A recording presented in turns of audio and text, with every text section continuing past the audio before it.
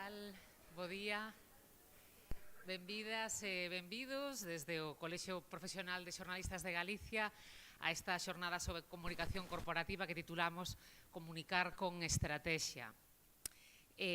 Queremos darlle as grazas á Facultade de Comunicación da Universidade de Santiago por acollernos unha vez máis, a Deputación da Coruña, que nos dá colaboración económica para desenvolver este programa, e a todos e todas vos por asistirde. Estamos ben contentas de vervos aquí e de recibirvos. E, de feito, gustaríame aproveitar a oportunidade, porque se cadra para algúns e algunhas de vos é o primeiro contacto que tedes co Colexio Profesional de Xornalistas de Galicia, para darvos a benvida, para dicirvos que somos a entidade que agrupa a profesión en Galicia.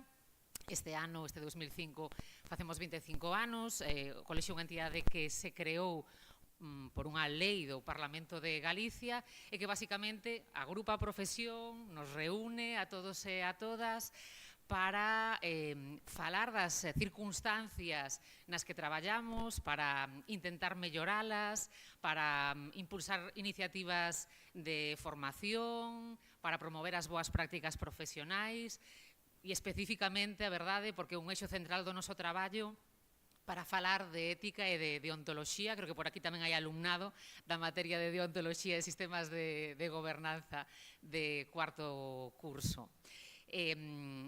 Convido vos daquela a que entredes na web do colexio, xornalistas.gal, para que vexades o traballo que facemos. Podedes subscribirvos ao noso boletín semanal, o F5, no que recollemos as iniciativas do colexio, cursos de formación, ofertas de traballo, outras convocatorias que poden interesarvos. De feito, mesmo podedes colexiarvos mentre estudades sen ningún tipo de custo e prácticamente con todos os dereitos. Na maneira na que traballamos no colexio, temos diferentes grupos dedicados a áreas e ámbitos específicos. Existe un que está integrado precisamente por xornalistas novos e novas, en os que é de especial interese que tamén participe o estudantado para que poidades facer chegar as vosas necesidades, as vosas preocupacións que o colexio desde logo debe e quere atender. Así que convidamos vos polas vías que queirades a formar parte, porque xa estades formando parte desta profesión, e a facernos chegar tamén a vosa mirada e as vosas preocupacións para que sexan escoitadas e atendidas. Outro dos grupos de traballo dos que dispoñemos no colexio desde hai uns meses está dedicado especificamente ao ámbito da comunicación institucional e corporativa, que é un ámbito que tivo un crecemento importante nos últimos anos e nos que pensamos que, desde logo, debemos estar tamén moi presentes, por unha banda, para facilitar as posibilidades formativas, porque é unha área de expansión relativamente recente, nas que as persoas que nos formamos hai unhas décadas ainda non recibimos formación específica, para reclamar tamén como colexio, como facemos no ámbito dos medios de comunicación, que as persoas que desenvolvan ese traballo sexan persoas formadas especificamente en comunicación no ámbito universitario nas titulacións das que dispón a nosa universidade. E tamén, novamente, para reivindicar neste ámbito a ética e a deontoloxía, por suposto tamén presentes, e de feito traballamos en consensuar como profesionais códigos de boas prácticas que orienten o noso traballo e que tamén orienten os nosos empregadores. Na xornada de hoxe ides ter oportunidade de escoitar a persoas que traballan na comunicación de empresas ben importantes en Galicia, tamén axencias de comunicación que traballan no ámbito da comunicación corporativa. Agradezolles a todos eles e todas elas a súa participación e, por suposto, tamén a Lucía González e a Manuel Rey o traballo de moderación e de condución que van facer das mesas. É unha iniciativa máis esta que ten que ver co que fundamentalmente quere facer o colexio, que é, por unha banda, reunirnos, xuntarnos os profesionais, algo que nestes tempos de aceleración e vertixe ás veces non é difícil, a veces non é fácil, é moi importante, tamén porque se encontre o que permite e dá lugar á reflexión colectiva que necesitamos ante os desafíos grandes que temos. Un deles que seguro que ha de sair hoxe tamén o da inteligencia artificial, que tamén se está facendo notar neste ámbito como en todos os outros, por suposto, e aí temos que estar para aproveitar as oportunidades e identificar e frear os riscos, porque de todo hai, desde logo, e ademais de xuntarnos, de reflexionar colectivamente, pois tamén dar esas opcións de formación continua imprescindibles en calquera ámbito, imprescindibles desde logo na nosa profesión e continuar ese camiño que comezamos aquí, que comezamos nesta facultade de Ciencias da Comunicación e que ten que continuar durante toda a vida profesional e niso traballamos tamén desde a facultade, ben o sei, e desde o colexio para fornecer nas circunstancias nas que cada quen pode desexa facelo esas posibilidades formativas. Por iso, tanto esta xornada como os 3 webinars que fixemos previamente sobre aspectos concretos van a estar disponibles próximamente na web do colexio, en aberto, para que calquera de vós poida continualos e seguilos en diferido. Así que grazas a todos e todas e grazas de novo ao lugar no que todo empeza, a Facultade de Ciencias de Comunicación e a súa decana.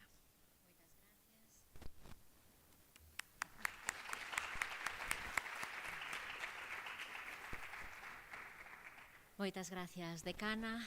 Moi brevemente voume sumar precisamente a esta mensaxe que nos acaba de deixar tamén en riba da mesa, que é este tempo, longo tempo xa, de 25 anos de colaboración co colexio desde que se constitúe al ano 2000 que están a celebrar, pero que casi a facultade tamén se incorpora a esa celebración, porque ese camiño foi moi da man entre a facultade e o colexio, como decía a decana, precisamente porque a fortaleza está en que tamén a través do colexio conseguimos abrir esa vía que sempre desde as universidades é tan importante, que é a da conexión co sector, coas empresas, cos profesionais, cos que xa estades casi a piques de incorporarvos a esta maravillosa e deliciosa profesión que é o xornalismo e amplificar a todo o que é a comunicación.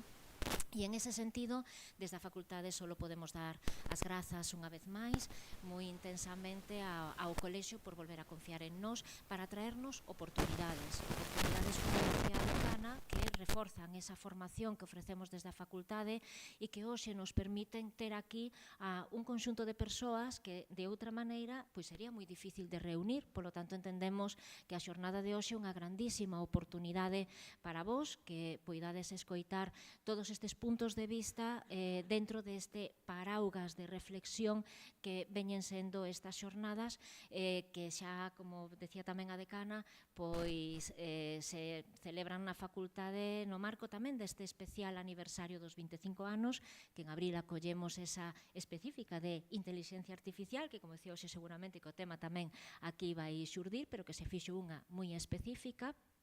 Algúns de vos, o mellor tamén, xa estivestedes participando dela, e a de hoxe tamén para nós ten moitísimo interese porque é un sector, como di o propio programa e como dixo tamén a decana, de grandes oportunidades en este momento. Polo tanto, simplemente agradecer de novo esta oportunidade, agradecer a vosa presenza tamén hoxe aquí, especialmente tamén as das que nos van a ilustrar a continuación na primeira mesa que imos dar xa comenzo inmediatamente, e esperemos que haxa máis anos por diante para seguir colaborando en formación en noutras moitas actividades como esa maravillosa tamén Bolsa Nacho Mirás que temos sempre presente nesta facultade para eses xóvenes xornalistas que tamén saen desta facultade e que empezan a dar os seus primeiros pasos no sector. Polo tanto, non nos entretemos máis para que xa podan dar paso ás xornadas e que as poidades aproveitar, e grazas a todas e a todos por estar aquí e grazas especiais ao colexio.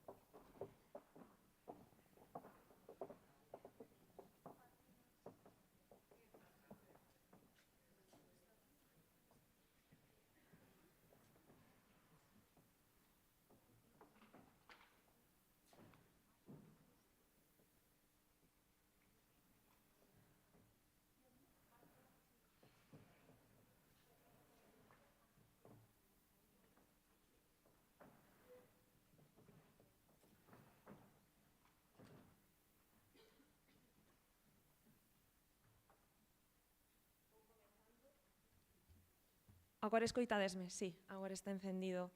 Vou comezando, bo día a todos e a todas. Graciñas ao Colexio de Xornalistas e á Facultade de Ciencias da Comunicación por acoller este seminario, estas conversacións que eu considero que son moi útiles para vos, que estades pois, a piques de comezar a vosa traxectoria profesional. Graciñas a Belén e a Isabel polas presentacións. E vamos con esta sesión.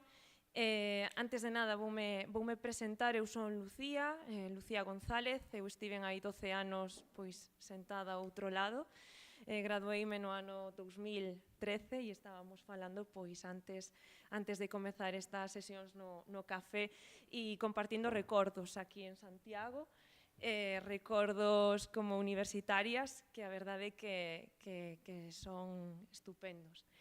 Ademais, son vicepresidenta da Asociación Galega de Marketing, Markea, que é unha asociación moi importante en Galicia para tamén fomentar a conexión entre profesionais do marketing e da comunicación en Galicia.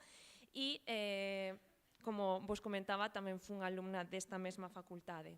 E hoxe teño dous retos moi importantes. O primeiro deles é manter a vosa atención. Durante unha oriña e media vai haber quenda de preguntas, así que eu aproveitaría que temos a 4 profesionais de axencias galegas aquí para que poidades facerlles preguntas e poidades conectar despois con elas, que iso é importantísimo neste sector.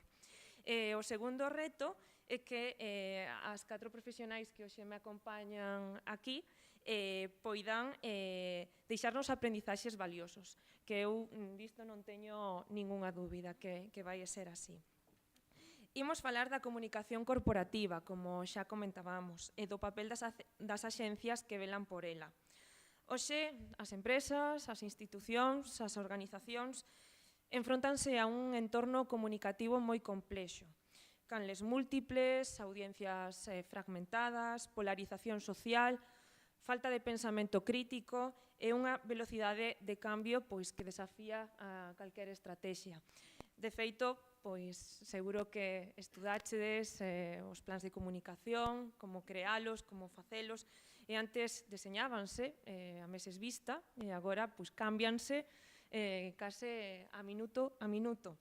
En este contexto, as axencias non só executan, senón que salvagardan a reputación, o relato e a coherencia de marca de empresas e institucións. E para falar de todo isto, pois xa vos indicaba que están aquí 4 profesionais que lideran a estrategia, a creatividade e a xestión do talento das súas respectivas axencias. E xa as vou a presentar, voume poñer un poquinho para atrás para poder velas. Aquí á miña dereita de todo está Fátima. Fátima tamén foi estudante desta mesma Facultade de Xornalismo e é directora da axencia Nasas. Conta con mestrados en Comunicación Audiovisual, Marketing, Responsabilidade Social e Turismo Sostible, ETIC. Ten experiencia internacional en Marketing e Comunicación en Italia e Estados Unidos. De feito, viviu en Estados Unidos, que non lo estivo contando no café. E traballou para marcas de consumo e industrias culturais. Dende o ano 2012 dirixe a axencia Nasas en Coruña, liderando estrategias digitais para a banca, Cabreiroá, Becén, Gadis ou Husqvarna. E dende o ano 2023 a súa axencia ten o selo da comunidade B Corp de impacto positivo, que é un selo, a verdade é que ten moito prestixio a nivel internacional. E agora vou con Ángela, que a teño aquí á miña dereita. Ángela é directora de Galicia de Torres e Carrera, licenciada en xornalismo na Complutense e máster en comunicación e conta con máis de 20 anos de experiencia en comunicación corporativa e eventos. Destacou pola súa iniciativa emprendedora en Galicia e traballou en Madrid en Burson Masterler e en Informativos 4. En Torres e Carrera xestiona proxectos para clientes públicos e privados como Zona Franca de Vigo, Gaín, Clúster do Turismo, Mau San Miguel e Grupo Lactalis. Benvida. E agora vou por aquí, estou aquí movendo o micro. Marta Ferro, que está á miña esquerda, é directora xeral de Closet Comunicación, é profesional da comunicación estratégica con máis de 15 anos de traxectoria e de experiencia en Galicia, compaxina a consultoría coa figura de Interim Management, coa dirección de Closet Comunicación, axencia que fundou no ano 2012.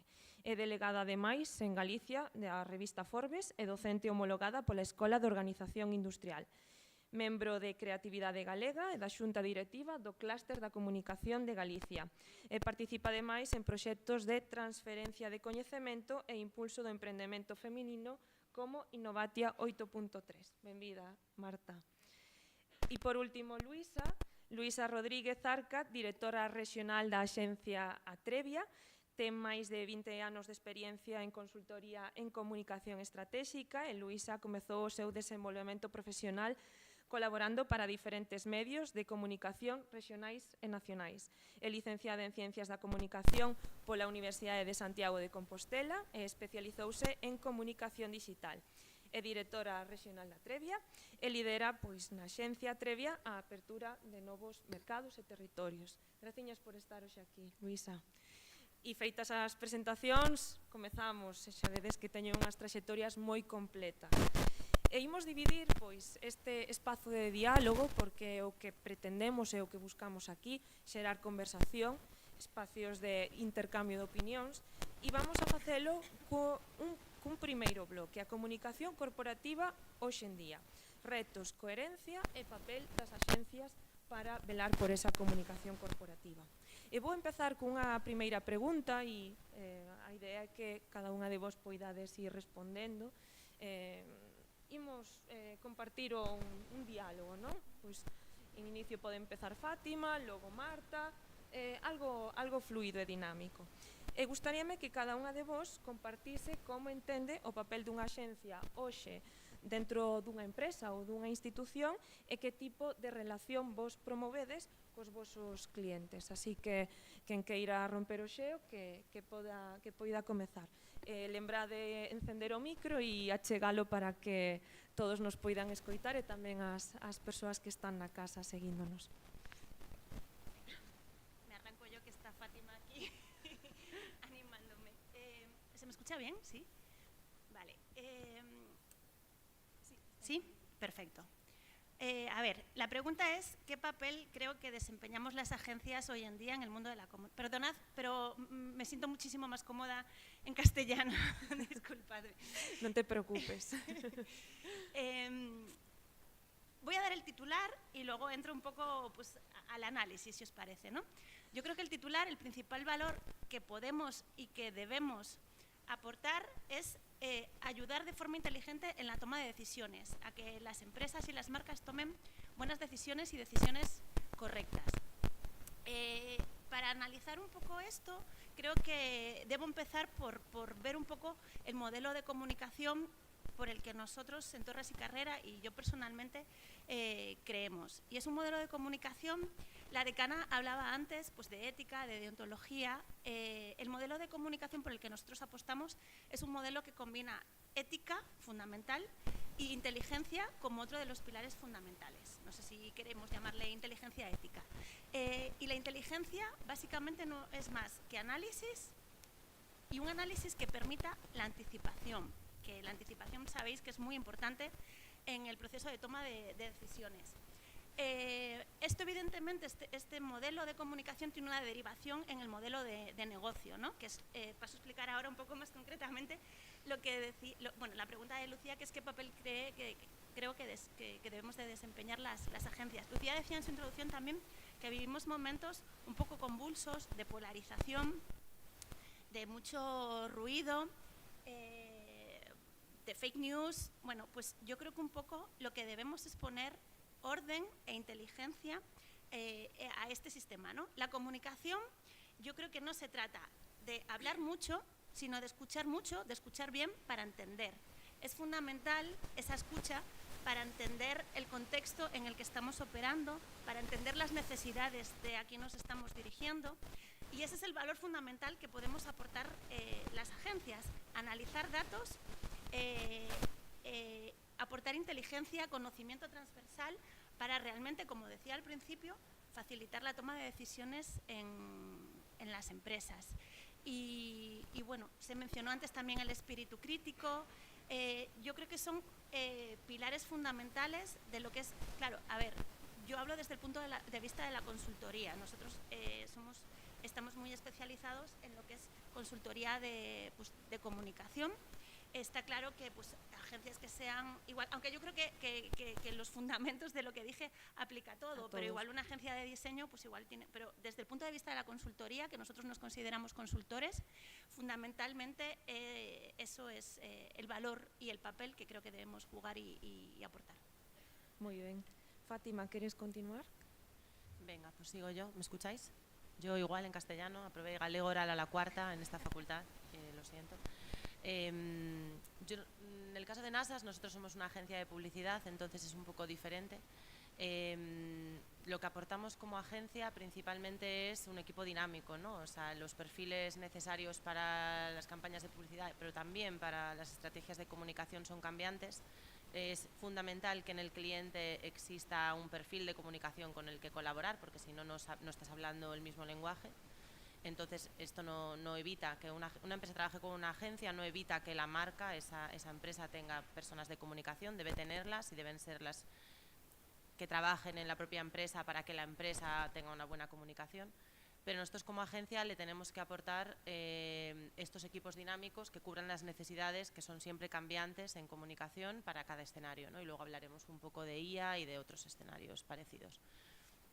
Además, aportamos trabajar con más marcas, entonces conocemos el entorno. A veces, bueno, es muy normal, todos nos miramos el ombligo, las empresas también.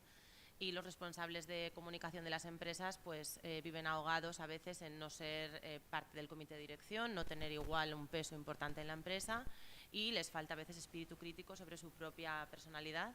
Entonces las agencias, aquí esto pasa mucho en publicidad, tenemos que ayudarles a que entiendan cómo está el mercado, en qué punto deben comunicar y de qué manera hacerlo, pues para que no haya estos casos ridículos, ¿no?, de greenwashing, de empresas energéticas muy contaminantes que ponen todo su spot verde y creen que comunican verde, ¿no? Ahí tiene que haber alguien que les ayude un poco a ver la realidad y yo creo que esa es un poco la posición de agencias, en este caso de publicidad, pero sucede en comunicación, en marketing, en sostenibilidad. Moi ben, falamos de comunicación ética, intelixencia, falamos de anticipación, escoita activa, de equipos dinámicos, que axudades cos vosos equipos a que se produza ese dinamismo. Xa están saindo bastantes temas que despois tamén vamos a profundizar nas seguintes preguntas. Luisa, queres continuar ti? Sí. Funciona? Sí. Escoitadesme? Sí. Sí? Bueno, antes de nada, moitas gracias por acollernos, darnos a oportunidade, gracias ao colexio, á facultade por darnos o espacio, gracias a vos, porque nos vades aguantar aquí un cacho das vosas vidas. Síntome un pouco impostora, porque isto é algo que nos acompaña en moitos casos, sobre todo as mulleres de todos os ámbitos profesionais, non? Pero quizáis na comunicación tamén relevante, non? Poñelo sobre a mesa. E me gustaría casi estar máis aí que aquí, pero bueno, xa que me pusieron aquí, pues vou tratar de compartir o que nos, bueno, que todos os que estamos aquí compartimos. Antes me decía Isa que vine a escoitarme, non sei o que faría, pero bueno, a primeira reflexión sobre o papel das agencias, vos que estades aquí, seguramente que estades estudiando diferentes aspectos relacionados co xornalismo, coa comunicación, coa política, co ámbito social, económico, e ter en conta o contexto. O contexto cambiou de maneira moi acelerada nos últimos 5 anos e o rol dos comunicadores ten que adaptarse, é dicir, non seguimos isto o lanzo a xente que vos dedicades a investigación, sinto que seguimos aplicando modelos do século XX, cando realmente o espacio non ten nada que ver co que facíamos antes, non? Entón, desde ese punto de vista, que unha agencia de comunicación o sei, pois non o sei, realmente. É dicir, é moitas cousas, unha ten que ter a capacidade de falar co comité de dirección, iso é fundamental, é dicir, a nosa linguaxe non a linguaxe solo que ten que ver o ámbito de comodidade, o contexto de comodidade que temos antes, ¿no? Porque a comunicación ten que ser unha herramienta de cambio, axudar non solo axudalas, sino o caballo de Troia en moitos casos das propias organizacións, non? E iso implica aglutinar moito tipo de coñecemento, non? Antes falabades da anticipación é clave, é dicir, hoxe sen escoita activa moi plural, non me refiro solo a escoitar os teus consumidores, os teus grupos de interese con metodoloxías que de novo en moitos casos son do século XX, non? Senón ter a capacidade de análisis incluso en contextos internacionais complexos. Por exemplo, nos cada vez máis falamos de xeopolítica, de nossas propostas, falamos de contextos económicos complexos, líquidos, nos cales tes dous camiños, non? Un camiño que protexer as organizacións neses contextos, non?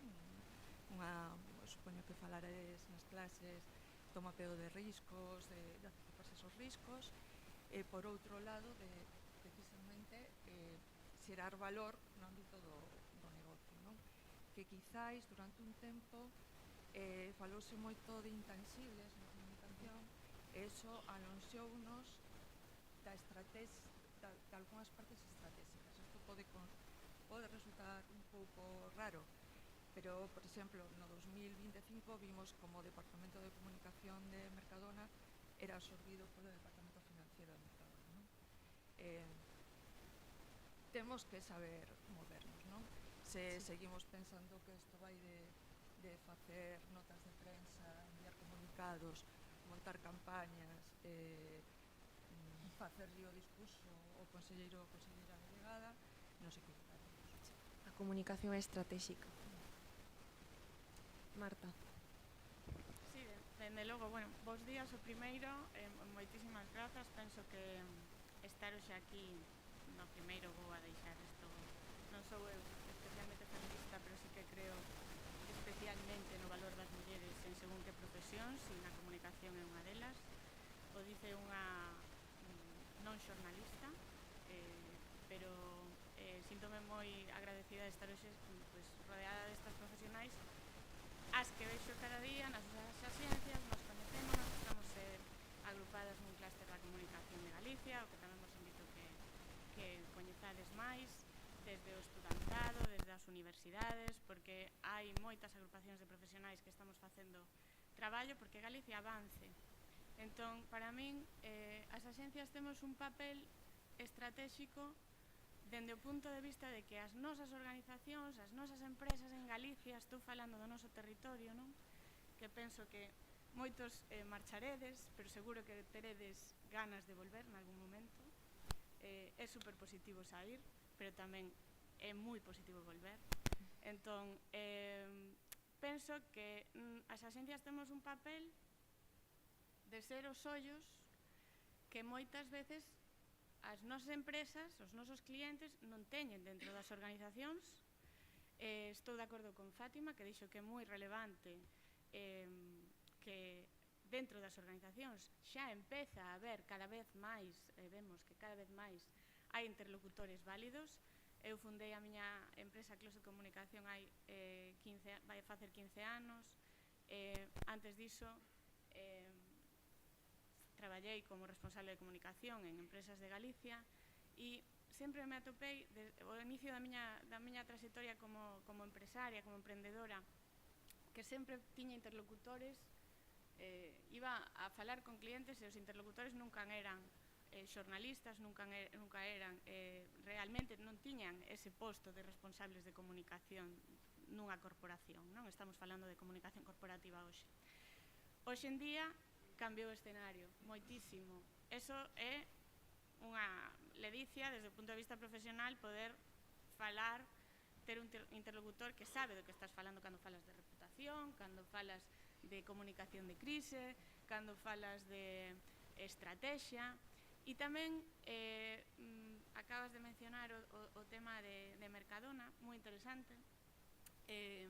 cada vez as corporacións danse conta de que non é, o sea, non é unha cousa externa, non é unha cousa de facer uns anuncios, non é unha cousa de mandar unha nota de prensa, é unha cousa de relato, é unha cousa de coherencia, é un tema de saber facer e de mostrar o que faz de verdade nas compañías, porque en Galicia, despois falaremos diso, pero penso que sigue sendo a gran asignatura pendiente, a comunicación nas empresas, non?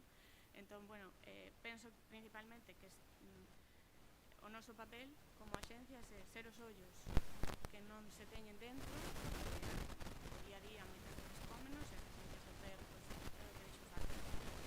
E despois ser socios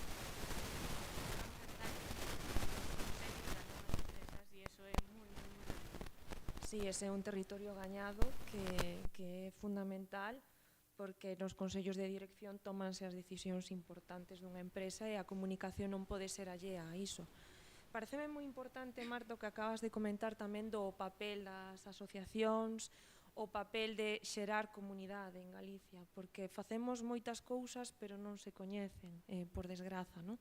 Entón, que importante é crear comunidade e as conexións. Isto é algo que nos libros non se di, pero que iredes aprendendo ao longo das vosas traxectorias profesionais, que isto é o fundamental para evolucionar e avanzar. Xa fomos introducindo varios temas relativos tamén á segunda pregunta, e imos avanzando, porque a verdade é que están saindo moitísimas cousiñas nestas primeiras intervencións. E nos últimos anos estamos escoitando falar sobre propósitos, sostibilidade, reputación, que xa o fuchedes introducindo, pero como se traduce iso nunha comunicación corporativa real? Que boas prácticas estades vendo en empresas galegas e españolas? Podedes empezar agora Marta ou Luís, e despois pois Fátima e Ángela. Bueno, falou antes Fátima do tema do greenwashing. Isto é algo que está aí, pero a min preocúpame ben pouco, porque cando non hai fondo non hai nada, entón podes contar o que queiras, pero neste sentido penso que a sostibilidade empeza pola propia organización.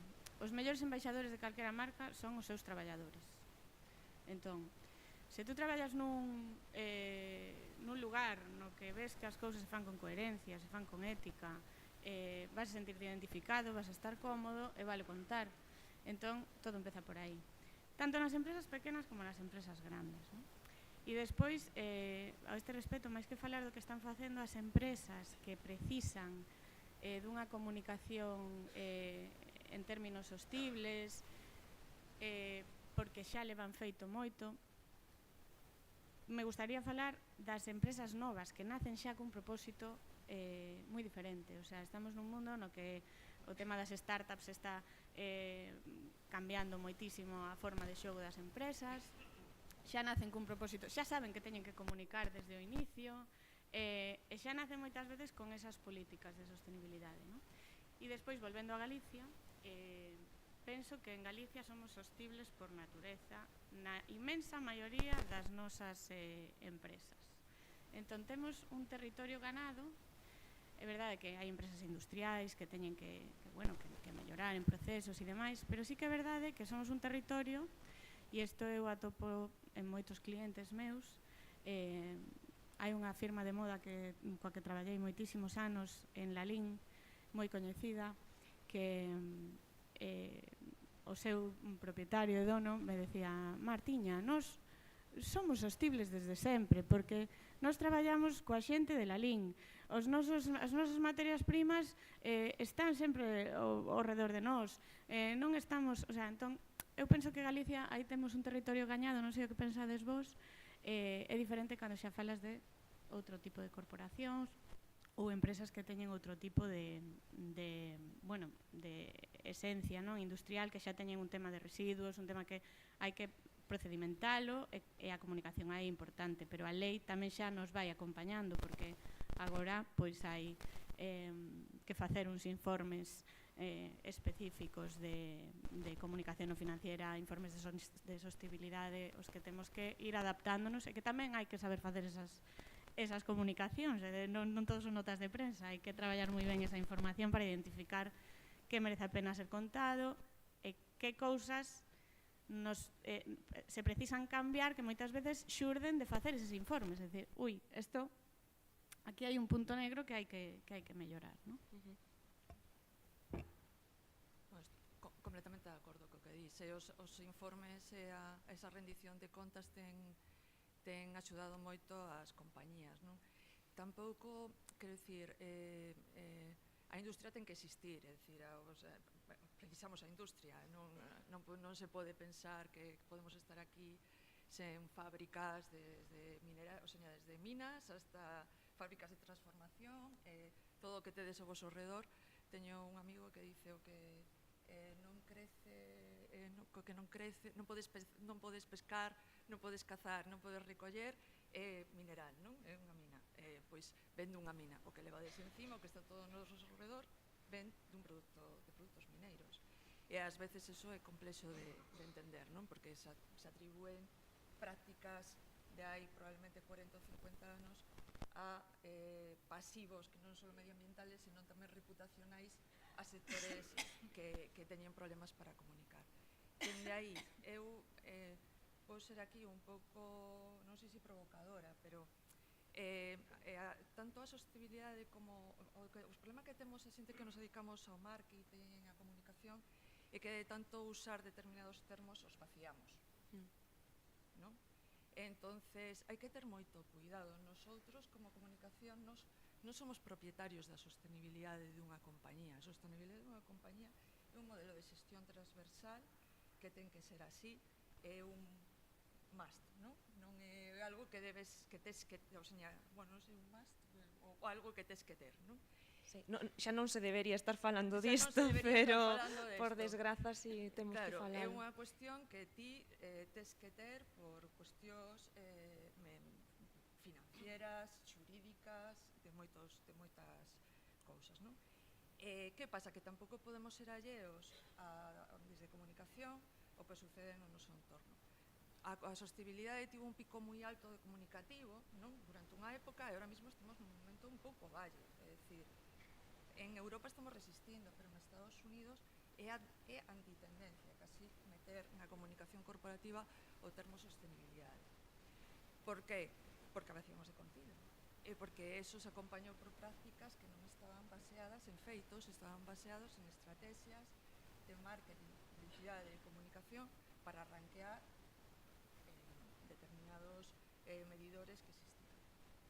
É un erro, porque ao final nos cargamos, non, o noso propio relato.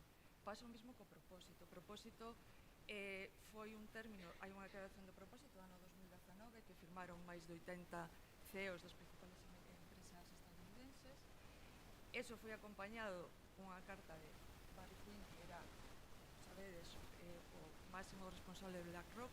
BlackRock é o fondo a longo plazo máis importante do mundo, do universo, pero vende desde decirse do que dixo hai un ano e pouco.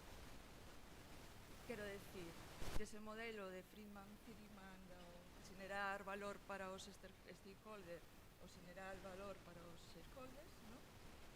Estivemos durante unha época falando de xenerar valor para os stakeholders, pero as empresas están mirando a ollo, pero non poden mirar que ao final o que ten que xerar valor é para os meus.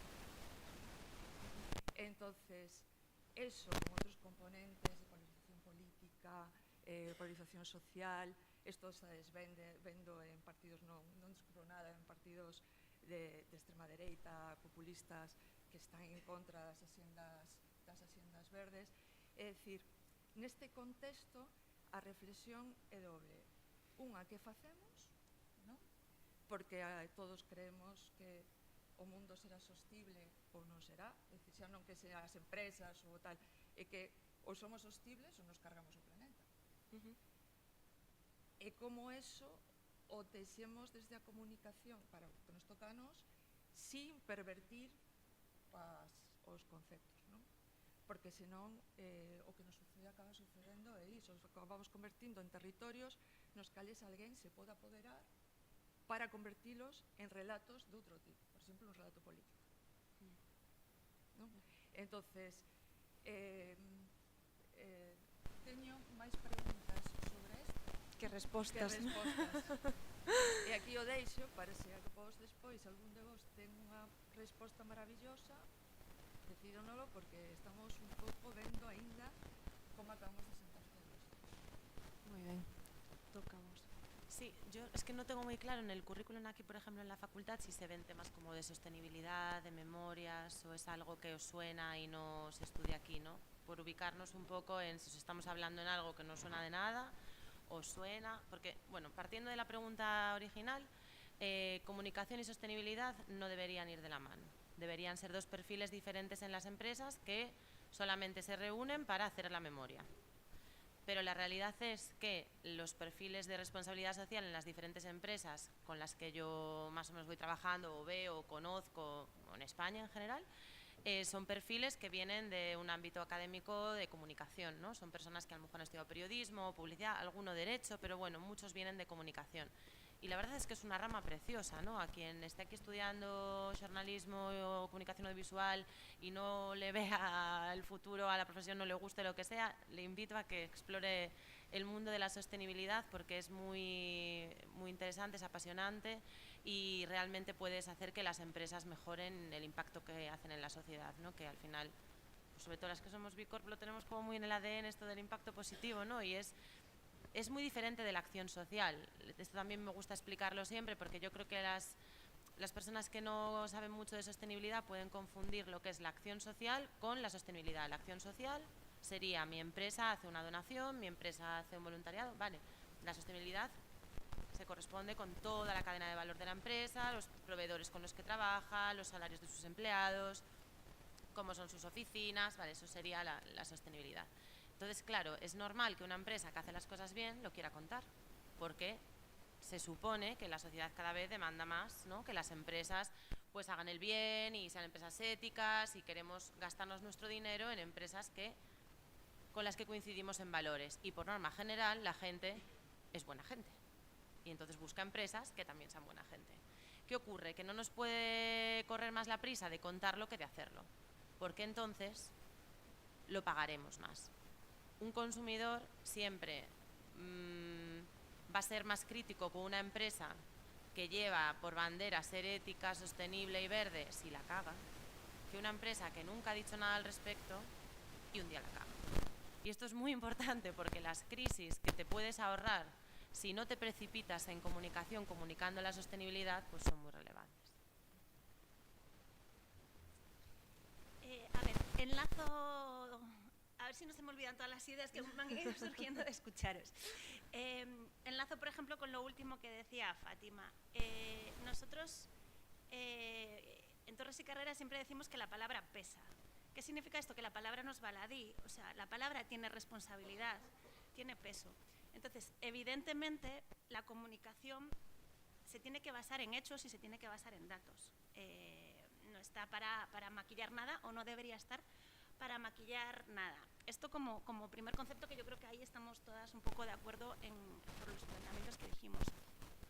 Estoy muy de acuerdo también en lo que decía Luisa, de que el término se ha quedado completamente vacío. Vacío y al mismo tiempo, y esto igual es un poco incongruente, pequeño. O sea, yo creo que lo hemos querido como limitar y muchas veces se asocia sostenibilidad con sostenibilidad medioambiental. Y la sostenibilidad es algo muchísimo más grande que la huella de carbono o que, no sé, o incluso, bueno, los empleados mencionabas tú, ¿no? Entonces, por un lado, el término se queda pequeño o lo hemos hecho pequeño y lo hemos dejado vacío también. Entonces, yo introduzco como concepto un poco para intentar pues, elevar este término, ¿no? Y este concepto, el de la excelencia. Yo creo mucho en la excelencia, en el sentido de que creo que tiene que ser una meta que como personas, como profesionales, como empresas, como marcas, tenemos que seguir, ¿no? Yo se lo digo mucho a mis hijos, haced lo que queráis, pero intentad hacerlo pues, lo mejor posible. Y para que una empresa sea excelente, inevitablemente necesita operar en un entorno excelente, porque si no es imposible. Entonces necesitan que sus empleados sean excelentes, que sus clientes sean excelentes, que sus proveedores sean excelentes, que toda la cadena de valor sea excelente y que la sociedad sea excelente. Y elevar a la sociedad es lo que probablemente sea el mayor reto que tenemos por delante, ¿no? Antes hablaba mucho de ética y de inteligencia. Y introduzco otro concepto aquí que es el del liderazgo ético, que es un concepto que nosotros lo utilizamos mucho también como patrón, porque creo que ahora mismo, esto es una opinión personal, pero creo que ahora mismo hay una crisis de liderazgo bastante importante, y si hablamos ya de liderazgo ético, pues ni te cuento. Y entonces, pues estamos en un mundo en el que no todo vale. Y ese liderazgo ético lo vuelvo a introducir en la excelencia, y si os parece, uso como ejemplo, para que se entienda, el sector turístico. El sector turístico es uno de los sectores más importantes a nivel PIB en España, es uno de los sectores principales en Galicia, y que todo apunta a que, pues por condicionantes como el cambio climático, cuestiones políticas, va a tener cada vez más peso, y es un sector que tiene que reflexionar mucho sobre el tema de la sostenibilidad y ver cómo quiere plantear su modelo de negocio a corto, a medio y a largo plazo. Y decía Marta antes, bueno, en Galicia tenemos mucho hecho por la sostenibilidad. Bueno, pues igual sí, pero es que yo creo que partiendo de este concepto de que si quiero ser excelente necesito operar en un entorno excelente, pues pongo el ejemplo dentro del sector turístico. Si yo como hotel instalo paneles solares, para mí eso no es sostenibilidad, o sea, no estoy operando en un entorno excelente. El sector, insisto, creo que tiene mucho todavía que el sector, como sociedad, tenemos que seguir trabajando mucho por ese concepto de sostenibilidad más elevado, más amplio, y que, si os parece, a mí me gustaría cambiarlo por el de excelencia. Excelencia, moi interesante. Esta segunda pregunta deixounos, pois, eu estaba aquí tomando notas, imposible coller toda a información porque deixachedes moitos titulares, pero eu quedaríame co de facer primeiro e contar despois. Iso é o que sería unha empresa que traballa con propósito, con excelencia, e que intenta velar pola súa reputación e sostibilidade, non só a sostibilidade relativa a palabra natureza ou non contaminación, senón facer primeiro e contar despois, e iso vai traer bons resultados. Estamos agora, deben estar facendo un cambio de hora aos alumnos. Vamos coa terceira pregunta. Ui, esperamos un ratiño a que se incorpora máis. Pois agora viñan preguntas moi interesantes para vos. Debe haber unha clase moi interesante agora tamén. Vamos a falar da coherencia, que iso xa o empezamos a introducir. O máis importante é a comunicación que se vive dentro, o trato e tamén o que poidan contar os traballadores que viven dentro dunha empresa. Como axudades as axencias a aliñar a comunicación interna e externa? Comezade quen queira intervir primeiro. A ver, es complicado como agencia trabajar en esa parte. Tiene que haber un interés primero por parte de la empresa de que esto suceda, ¿no? Al final una empresa puede querer comunicar algo hacia afuera que no es necesariamente lo que quiere comunicar hacia adentro, no tiene por qué ser lo mismo, ¿no? Pueden ser mensajes diferentes. Lo que sí es fundamental es que la empresa tenga un único tono, ¿no? O sea, que aquí las agencias en lo que podemos ayudar es a encontrar ese tono, a identificar cuáles son los valores que definen esa empresa y conjuntamente crear un tono que se lleve a toda la comunicación, tanto interna como externa. Pero yo creo realmente que las agencias aquí tenemos que tener un papel de acompañante y debe ser el propio departamento de comunicación el que haga este trabajo.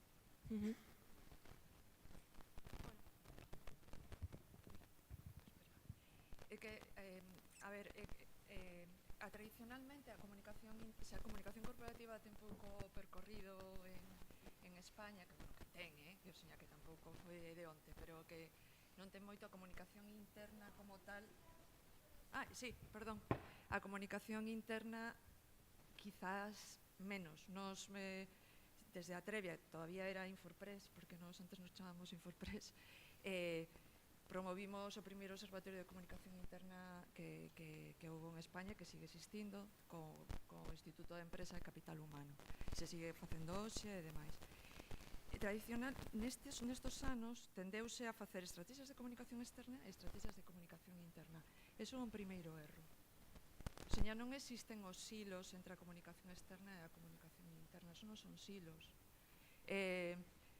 Plantexar unha comunicación, un cambio de comunicación estratégica sen ter en conta os públicos internos é que me resulta moi difícil, o que decía antes Marta, de falar de sostenibilidade sin ter en conta que os primeiros embaixadores teñen que ser os teus propios empregados, é moi complicado. Eso como primeira idea. As axencias facemos, ou das consultoras, facemos múltiples cousas. Eu agora vexo os meus compañeros, porque nos temos diferentes, somos unha empresa relativamente grande, somos máis de 640 personas en todo o mundo, 15 oficinas, vamos, que somos grandes e, lóxicamente, ao ser tanta estructura, temos como equipo moi especializado, non? Eu vexo os compañeiros que están en talento, cultura, que agora se chama así, se aparecen unha consultora de recursos humanos, prácticamente. Non están facendo traballos específicos do que se pode entender como a comunicación interna de maneira tradicional, non? Eso como primeira idea. E despois, como segunda, que decía Fátima antes, relacionado co tema da sostenibilidade, que estou completamente de acordo co que decías, bueno, que decía ela o que decías na mesa, non? Tampouco a comunicación ten que resolver problemas que non son de comunicación. Quero decir, os problemas hixiénicos, que se chaman problemas hixiénicos, son problemas hixiénicos. Estruturais. Son estruturais. Que unha compañía cumpla as condicións de traballo non é un problema de comunicación, porque se o vemos así, temos un Cristo.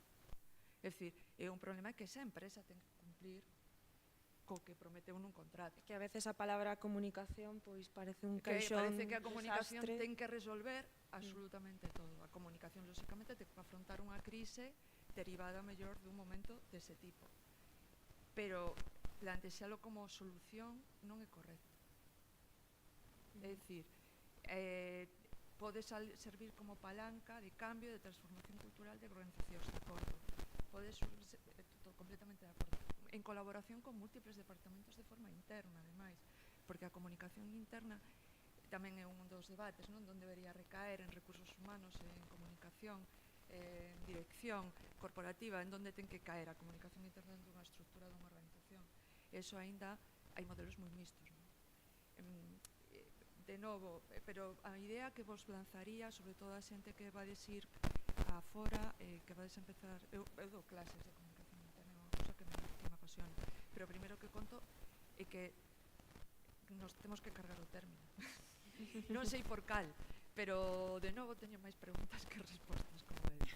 Pero a comunicación interna vela como un silo separado do que é a vida ou o latexo que ten que ter unha organización, é algo ridículo, desde un punto de vista, Sí, eu penso que aquí entra a xogar moito o termo da cultura corporativa. É dicir, estou totalmente de acordo co que dixo Luisa, non podemos mantelos como compartimentos estancos, nada ten que ver algo que vas a comunicar de maneira externa con algo que se comunica de forma interna moitas veces, pero a esencia debe de ser a mesma, porque senón estás, eu traballei, teño experiencias con empresas nas que os propios empregados non se enteraban de moitísimas cousas que a empresa facía cara fora. Entón, eso é o primeiro erro, eso é un erro estrutural. E despois vou a introducir aquí un paralelismo e algo do que falo moito cando me invitan a xornadas como esta, que é as axencias cando somos estratégicas ou cando non o somos. É dicir, aquí Fátima falaba de que dende o departamentos, a xencia NASAS tamén ten un perfil máis de publicidade, non? Pero cando eres consultor de comunicación sí que te permite coñecer máis esas partes de comunicación interna nas que se cadra hai algúns, algunhas lagunas non cubertas, investigas e daste conta de que hai cousas que non se están facendo ben, e suxires, non sempre se aplica, pero aquí está a parte de que te vexan como socio estratégico, e eso que falábamos ao principio de que empezamos a estar nos órganos de gobernanza das empresas. É dicir, hai cousas que solamente se deciden no órgano de gobernanza. Entón, se a comunicación non é unha peza estratégica para a propia compañía, é moi difícil que despois todas as cousas vayan polo seu cauce, tanto en interno, como en externo, como cos stakeholders, como con todos os organismos cos que se relacionan as empresas, que son moitísimos, non? Proveedores, clientes, socios estratégicos, hai moitísimos campos. Entón, aquí as empresas somos Junco ou somos Roble. Entón, as axencias que son Robles non van a penetrar nin van a chegar a eses puntos, digamos, de dolor que hai que tocar. Cando as axencias somos un pouco Junco e somos un pouco psicólogos tamén, moitísimas veces somos psicólogos. É dicir, hai que ir a comer pois co director xeral de vez en cando que che conte moitísimas cousas que non te interesan para nada do teu traballo, para de repente detectar que hai unha cousa que está fallando e o seu director financiero pois non se leva ben co outro de sostenibilidade, e aí empezas a detectar que, o mellor hai que facer unha convención, ou o mellor hai que facer Isto trátase de persoas.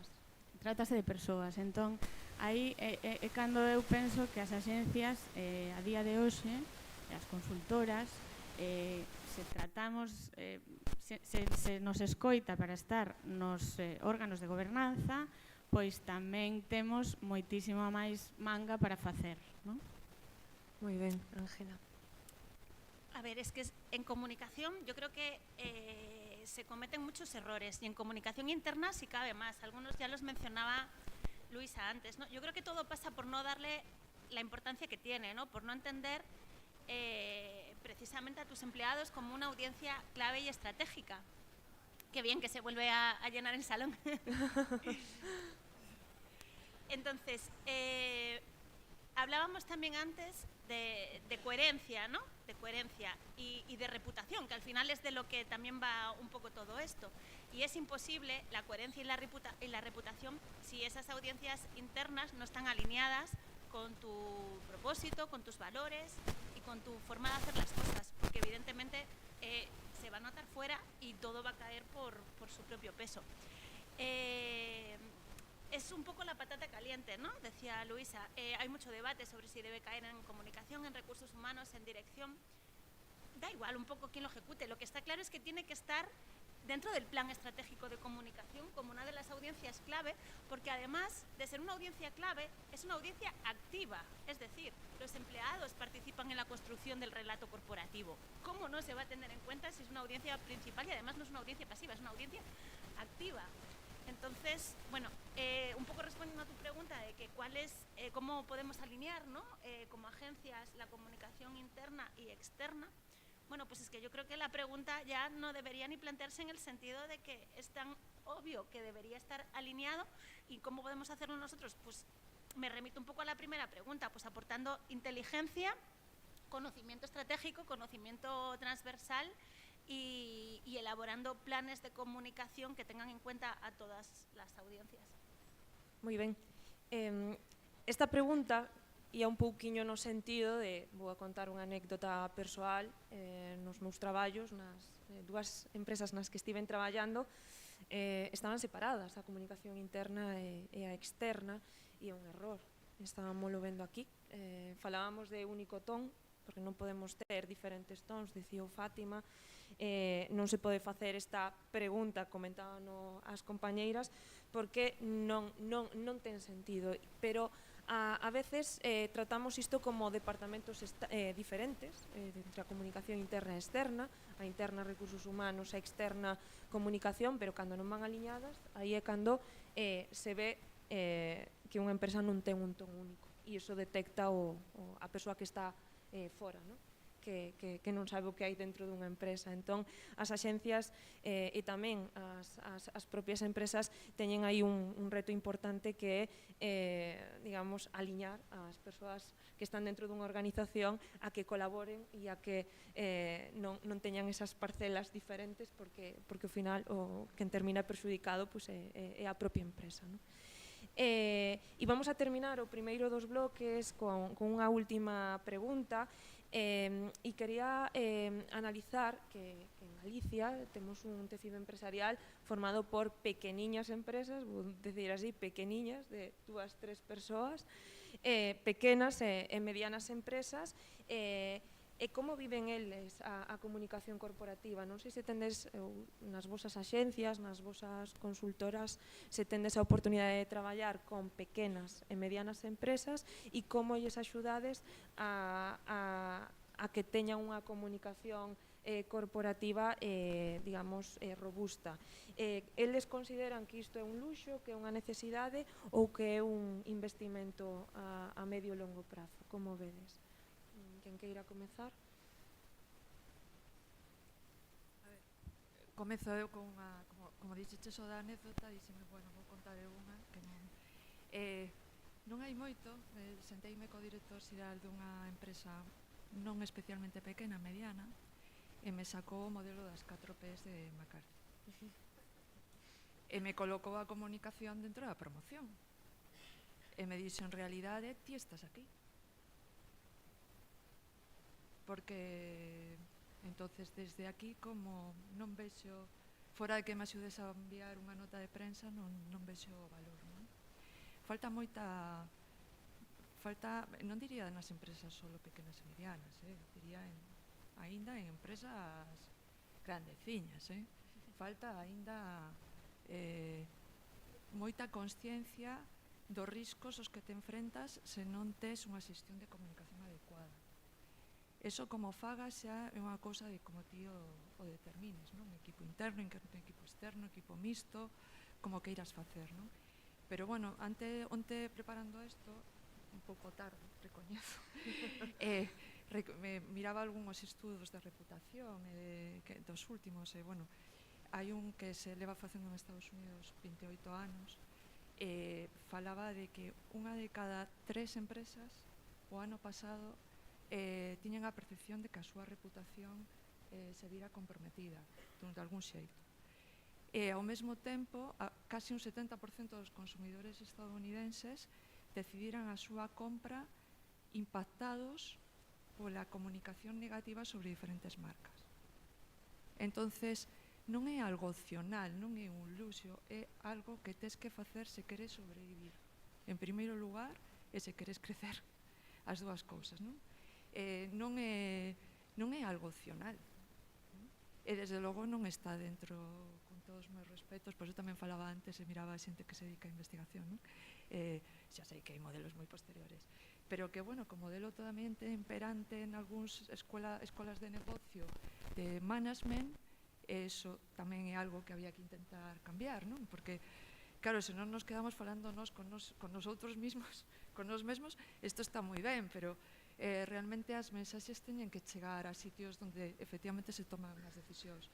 E unhos son os consellos de dirección e outros son os sitios onde se forma as persoas que toman decisións altas, decisións a alto nivel nas compañías.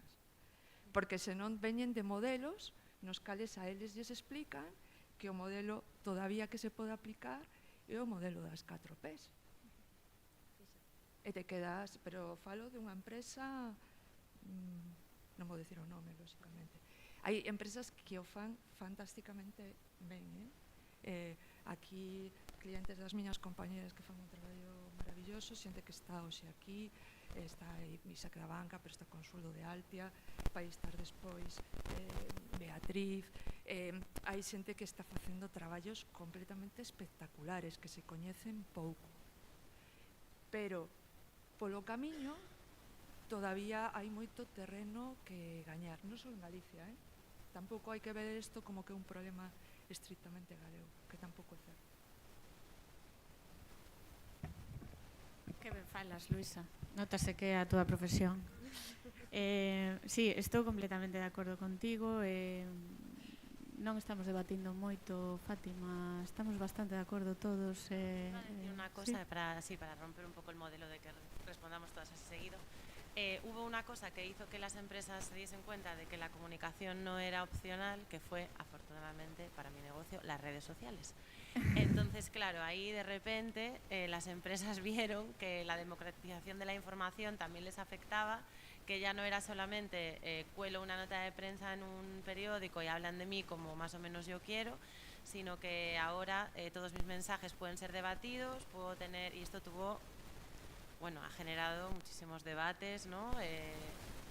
Muchísimo trabajo en comunicación que antes no existía, que para poder llevar todas estas plataformas, porque se multiplican los lugares desde los cuales una empresa comunica, y aquí se generan, ¿no?, puros debates. ¿Cuántas crisis vimos allá por el 2009-2010 de marcas que habían puesto al primo lejano a llevar su Facebook, porque aquella época era Facebook, y claro, no tenían ni idea de cómo hacerlo, respondían a las críticas de manera terrible. O sea, yo recuerdo una que siempre cuando daba clase en escuelas de negocios, di clase mucho tiempo, hablaba siempre del caso Gil Stafford, que os recomiendo que busquéis, una empresa de mudanzas, que había sido, o sea, lo que empezó siendo, bueno, ponemos a uno aquí a que conteste Facebook, acabó siendo la mayor crisis de comunicación del año de esta empresa. Entonces, bueno, yo creo que ahí, afortunadamente, las empresas se dieron cuenta de que la comunicación no era opcional y que, bueno, yo recuerdo cuando comenzamos con Nasas en el 2011, íbamos con nuestra propuesta de valor, que nosotros comenzamos como una agencia meramente digital, de contenidos digitales, que es algo que yo ya venía haciendo en Estados Unidos y allí era como muy normal y aquí estaba empezando, ¿no? Y recuerdo ahí cuando me di cuenta que tenía que ir a empresas más grandes, ¿no? Porque las empresas pequeñas todavía pensaban que era una cosa como más así que podía hacer cualquiera, ¿no? Y yo recuerdo eso, en el año 2012, ir a visitar empresas y muchísimas empresas decir, no, es que nosotros en esto no nos vamos a meter. Y claro, ahora lo pienso y digo, ¿dónde estará aquella persona? Aquel visionario, visionaria. ¿No? Claro. Bueno, al final un poco hay los early birds, ¿no? Los early adopters, los que primero se incorporan a las tendencias y luego, pues normal, pues las marcas poco a poco se van incorporando a las nuevas necesidades de comunicación cuando ven que no les queda otro remedio, y también tiene su lógica, ¿no? Tampoco quieres lanzarte a una plataforma o a hacer un podcast, sí, igual no te hace falta, ¿no? O sea, yo entiendo que hay que ser cautos, pero bueno, sí que creo que el auge de las redes sociales y de la comunicación bidireccional realmente ha sido un catalizador para que muchas empresas pequeñas, que no es mi área tampoco, no soy súper experta porque trabajamos con marcas un poquitín más grandes, pero sí que entiendo que ahí es donde todas se han dado cuenta que tenían que hacer algo, ¿no? Que tenían que comunicar, ya no solamente dentro de esa P de promoción, sino llevar toda esa comunicación de manera transversal a toda su compañía. A ver, a mí me pasa un poco como a Fátima, tampoco es nuestro core business ese, ¿no?, por así decirlo, pero sí que creo que igual tengo una visión un poco más negativa o pesimista en el sentido de que creo que todavía ahí está claro que habrá muchas que se habrán dado cuenta a golpe de crisis o a golpe de lo que sea, pero creo que realmente todavía en Galicia hay muchísimo que evangelizar y muchísimo que predicar y muchísimo que formar en estos términos, en lo que son pequeñas y medianas empresas, que son prácticamente la totalidad del tejido empresarial en Galicia. Y la comunicación sigue sin estar muchas veces presente. Y la comunicación debe de estar presente, estoy totalmente de acuerdo con Luisa, en esos comités de dirección, y es más, casi subo la apuesta y digo que la comunicación debería estar presente desde el propio germen de la empresa, ¿no? Cuando alguien dice, quiero lanzar una marca al mercado, quiero lanzar un producto, quiero crear una empresa, hay cuestiones intrínsecas a la comunicación que deberían tomarse en cuenta en las primeras decisiones que se toman. Y no es lo habitual es que nos incorporemos cuando ya hay muchas decisiones trascendentales de base tomadas. Eu quero ser un pouco optimista, é dicir, eso é verdade. Así me gusta que haxa Sí. debate. Eso é verdade, desde logo que sí. Hai moitísimas empresas, dixen ao inicio, é a gran asignatura pendiente de Galicia, partindo da base de que traballamos tamén coa administración pública e penso que xa hai tamén aí un malentendemento do que é a nosa profesión en moitísimos casos, non? Entón, fan falta, e xa que estamos na universidade, vamos a lanzar esta lanza tamén, de máis diálogo universidade e empresa. Isto é fundamental para que a cultura corporativa nas organizacións tamén cambie desde o xerme dos novos profesionais que chegan, dos novos retos que se lles presentan, que non vamos a atendelos nós, van a atender eles. Entón, penso que temos, por un lado, un reto, pero xa hai moito camiñado. É dicir, é que eu noto un avance brutal desde o 2012 hasta agora, eu noto un avance tremendo, non? Entón, estamos facendo moitas máis cousas, as empresas grandes, pequenas, medianas, ínfimas, precisan de comunicación, pero tamén creo que cada vez máis hai esa consciencia. É dicir, faime falta algo e non o podo facer só. Ao inicio, dixo Fátima co tema das redes sociais, por suposto, é un novo terreo de xogo. Hai moitísimas cousas que non podemos xa controlar de maneira unidireccional, a comunicación é bidireccional sempre, pero agora coas redes sociais calquera pode realmente interactuar coa túa empresa, coa túa marca, aí tes que ter unha escoita activa, monitorizar todas esas escoitas, e para eso fai falta tempo. Aí as axencias tamén nos temos o que dicía ao inicio, ser os ollos que moitas veces non hai nas empresas para monitorizar e escoitar. Estáse falando deste tema, o mellor nós podemos facer algo neste sentido. Hai grandes marcas en Galicia de todos coñecidos que o fan fenomenal nese ámbito, que enseguida entran ao xogo de falar fixo entre marcas mismo faise o que fixo Fonte Celta con Cabreiroá. É dicir, o escenario cambiou. Pero, bueno, penso que podemos ser optimistas porque sí que creo que xa se percibe máis a necesidade desde a parte da gobernanza. E despois, é verdade que os orzamentos influen. Entón, isto non o podemos obviar. Hai unha empresa pequena que as súas prioridades, entre as súas prioridades, non está porque teñe medo a Hacienda, entón non vai a renunciar a ter unha asesoría fiscal por ter unha axencia de comunicación. E iso ocorre. É así. Entón, buscan recursos para facelo. Aí, cando eu tamén digo que debemos ser máis junco que roble neste novo escenario, porque a mellor non podes prestarlle ti o servicio, pero sí que podes facer unha asesoría.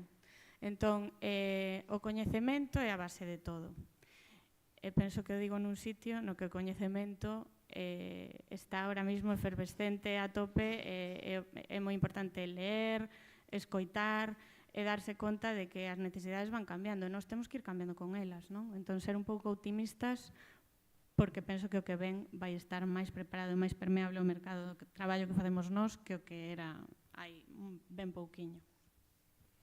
Moi ben. Estaba vendo agora a través do ordenador que este primeiro bloque deu moitísimo de sí. Vou a pasar o segundo dos bloques, que é o futuro da comunicación corporativa, e voulle dar un poquinho a volta ás preguntas que teño aquí preparadas, e vou a comezar pola última, que creo que é a que máis lle importa os nosos asistentes novos, que falemos do talento, non? Que é o próximo, o sea, é o futuro da comunicación corporativa, a xente que temos hoxe aquí. Que perfis estades buscando nas axencias e que aptitudes e actitudes considerades que son as fundamentais que deben ter pois as próximas xeracións para que tomen nota e tamén poidan ver que traballar nunha axencia é unha posibilidade moi interesante en Galicia. Comezade. Bueno, yo quiero decir que trabajar en una agencia está bastante guay, porque es un trabajo muy dinámico, muy creativo, los equipos son muy variados, hay gente de todo tipo, nosotros tanto por edad, gustos, intereses y demás, somos un equipo muy variado y yo creo que es un ambiente muy chulo y muy estimulante para trabajar. Sea agencia, en nuestro caso es una agencia de publicidad, pero podría ser una agencia de comunicación, de marketing, etcétera. Entonces, bueno, yo os invito a que exploréis ese mundo de profesional porque creo que hay gente que igual no se lo plantea, ¿no? Yo cuando estudiaba aquí jornalismo pues no estaba en mi agenda y la verdad es que creo que es una salida profesional muy chula. Nosotros lo que buscamos principalmente son personas con interés en cosas. Tenemos perfiles que han estudiado jornalismo o publicidad, también tenemos perfiles de filología, de filosofía, de historia. Buscamos a personas que tengan intereses, que lean, que vean pelis, que tengan interés musical, que les guste, como no, lo que hacen las marcas con las que comparten valores y en nuestro caso también, claro, que consuman contenidos en redes sociales, pero no solamente consumir doom scrolling, sino que les interese un poco los diferentes formatos que se hacen a nivel de vídeo, por ejemplo. Un perfil que cada vez va a ser más demandado, en mi opinión, es un perfil que se maneje cómodamente grabando, tecnología iPhone es suficiente, vídeo vertical, pues tanto Street Talks, que son los que haces en calle, ¿no? Entrevistando a personas sobre diferentes temas, como que se maneje bien con tecnologías tipo CapCut, que utilice plantillas de vídeo para hacer reels en formato vertical 45 segundos, o sea, ese tipo de perfil creo que va a ser en auge y que nosotros, por ejemplo, en la agencia, en Nasas, siempre hemos tenido dentro del equipo de diseño a personas que cumplían este perfil, pues que ahora hemos creado un departamento específico de vídeo, que el perfil es de comunicación visual, es de jornalismo y es de filosofía, o sea, imaginaros, ¿no? Es como muy variado y es un departamento de vídeo que se dedica a dotar a las diferentes comunidades digitales de las marcas con las que trabajamos de contenido en vídeo. Entonces yo creo que por ahí hay muchísimo campo de trabajo para explorar. Y en cuanto a eso, un poco las habilidades de los perfiles que se buscan, sobre todo, pues eso, ¿no? Que sean personas reflexivas, que lo que sois aquí, quiero decir, gente con intereses, que le guste hacer cosas, que tenga un poco espíritu crítico, es un poco lo que se busca, lo demás se aprende. Sí, a ver, no me voy a enrollar mucho porque yo creo que aquí vamos a estar todas bastante alineadas. Yo creo que lo que se llaman soft skills cada vez tienen más importancia en el mundo de la empresa y mucho más en el mundo de la comunicación y el mundo de las agencias, porque es que sin eso no hay nada, ¿no? Mencionabas el espíritu crítico. Sí, obviamente, si nuestro papel como agencias es aportar inteligencia y visión crítica, inteligencia y conocimiento transversal, pues evidentemente, aparte del espíritu crítico, yo creo que como universitarios es algo que se aplica no solo al mundo empresarial. O sea, yo creo que el espíritu crítico es fundamental incluso para aplicarlo en nuestra propia vida personal y en nuestras relaciones personales. Trabajo en equipo, sobre todo, bueno, comentábamos antes también, anticipación, ¿no? Yo creo que en agencia, por lo menos en consultoría, es muy importante lo de ir por delante, ¿no? Tratar de pensar por delante del cliente. Entonces, bueno, pues eso requiere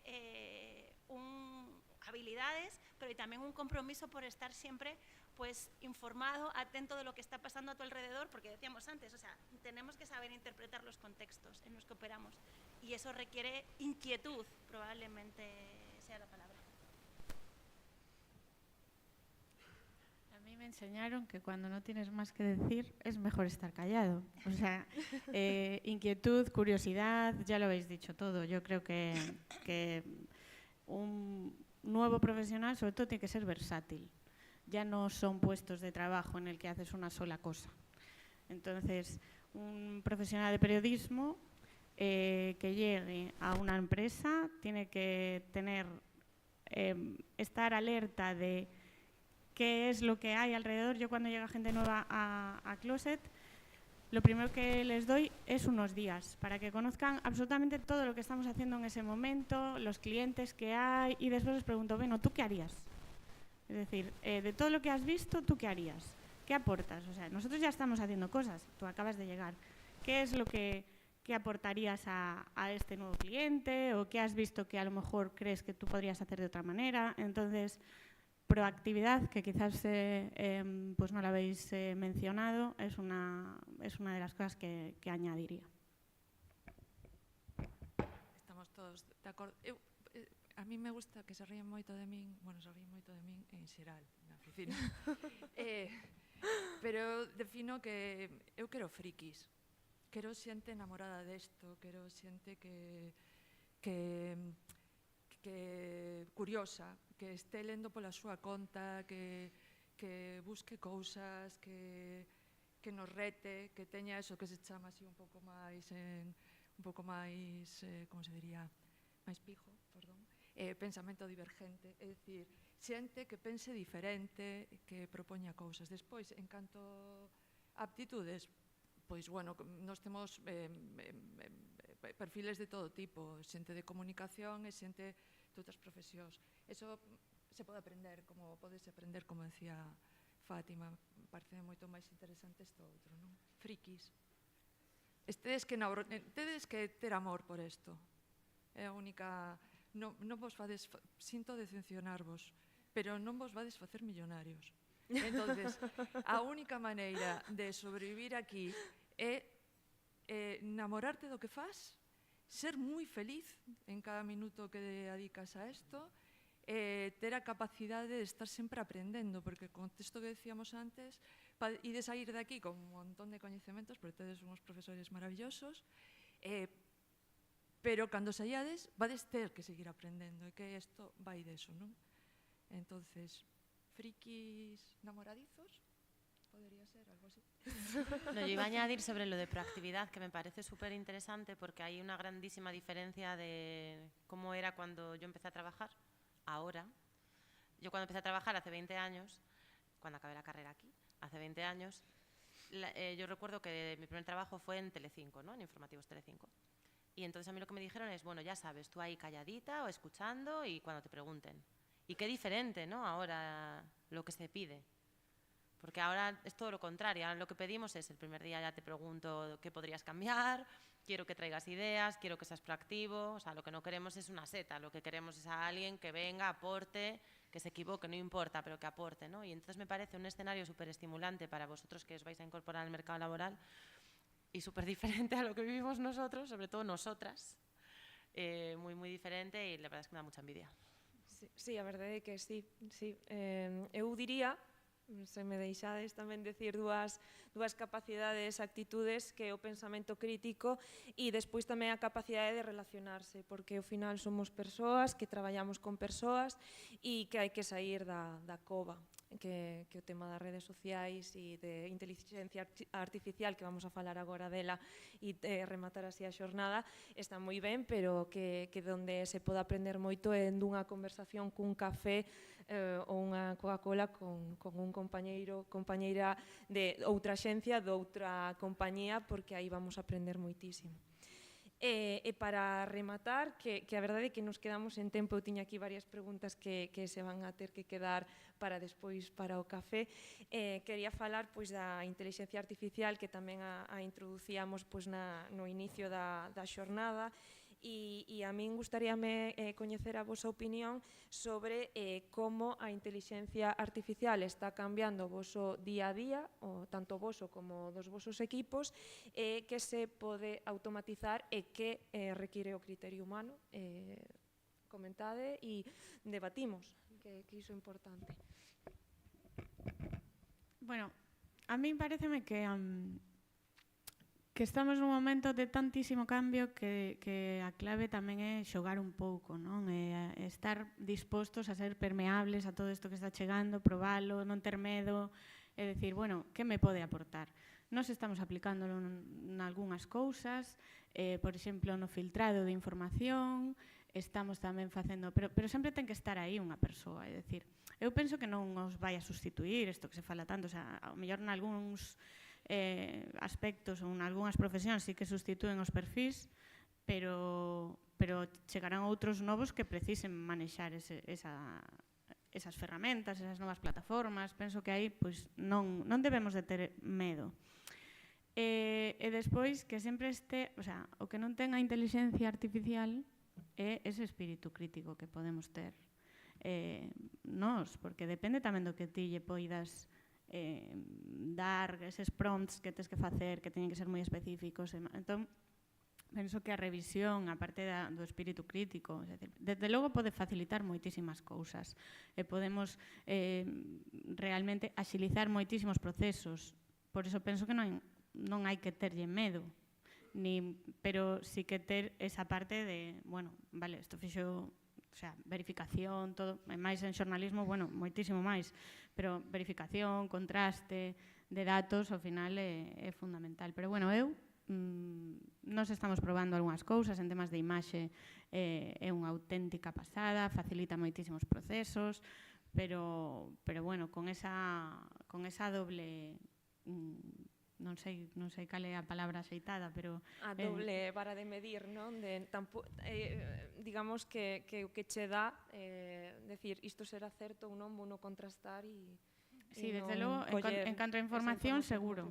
En canto a información e datos, seguro. Despois hai outro tipo de inteligencia artificial que facilita moitísimo a vida, que é todo o tema de tratamento de imaxe generativa, todo eso é unha maravilla, o sea, podes facer cousas moitísimo máis rápido e realmente tamén aporta outra forma de ver as cousas. Es una pena que la pregunta sea la última, porque yo creo que es como casi la más controvertida, ¿no? O la que más debate.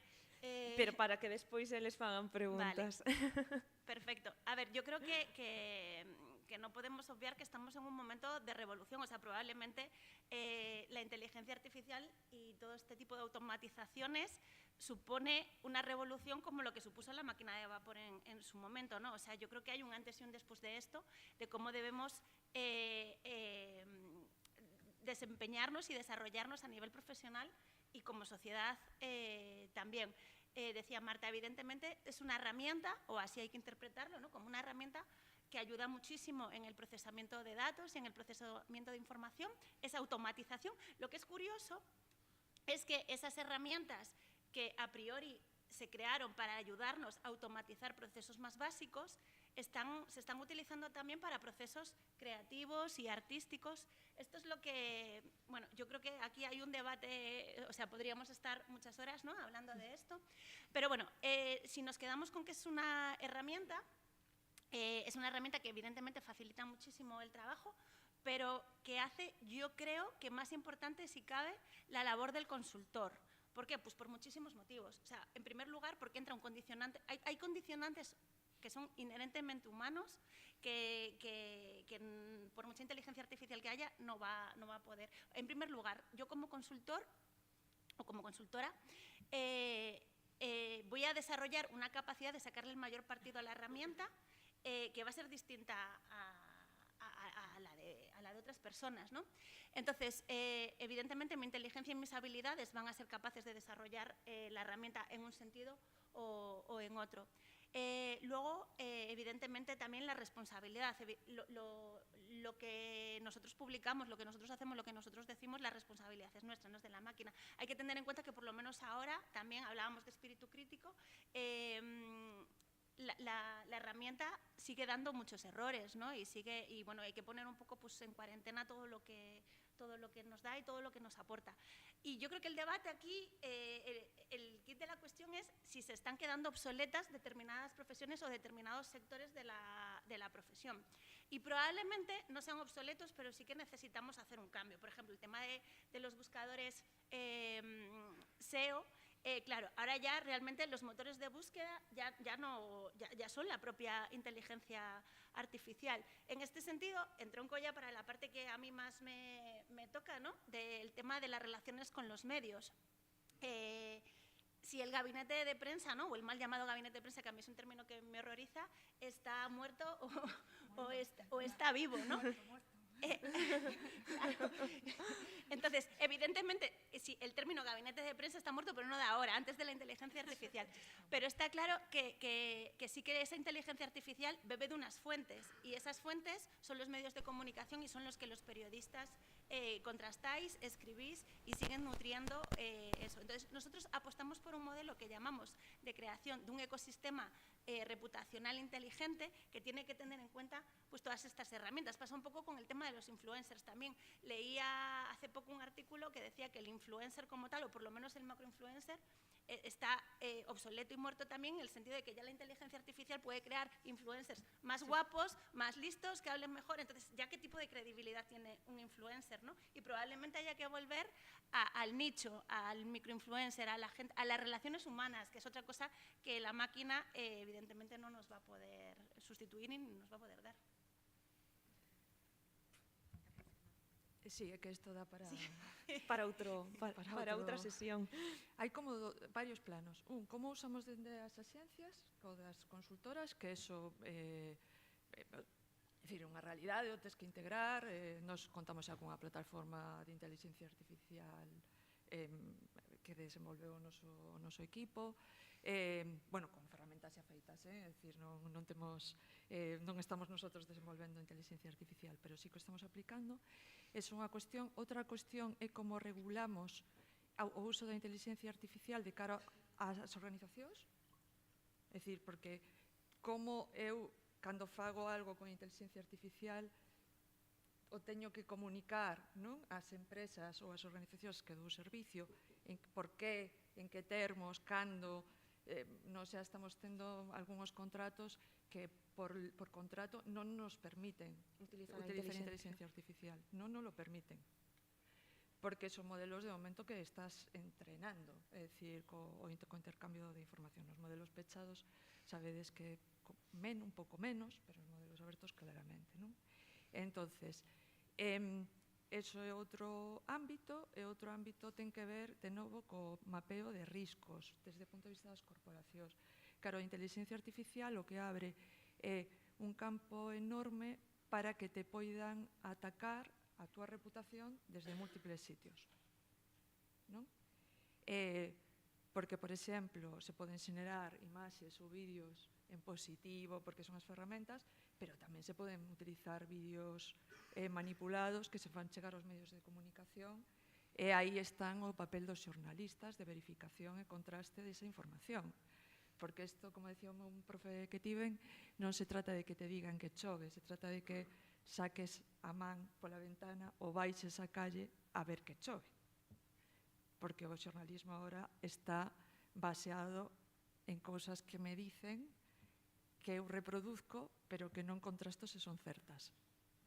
Entonces, aquí pego unha cousa para que teñades en conta para aqueles que vos vaides dedicar ao mundo dos medios e ides ser xornalistas. Isto non vai de que alguén vos diga que ningunha empresa, pero tampouco ningún grupo ecoloxista, ni ningún grupo de veciños, porque todo o mundo ten intereses lexítimos, son lexítimos, pero son intereses.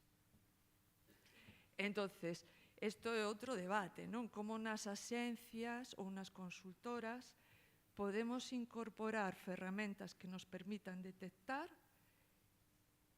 nun momento dado, que o hai, pero non están sofisticados o suficiente, cando unha información procede manipulada de inteligencia artificial.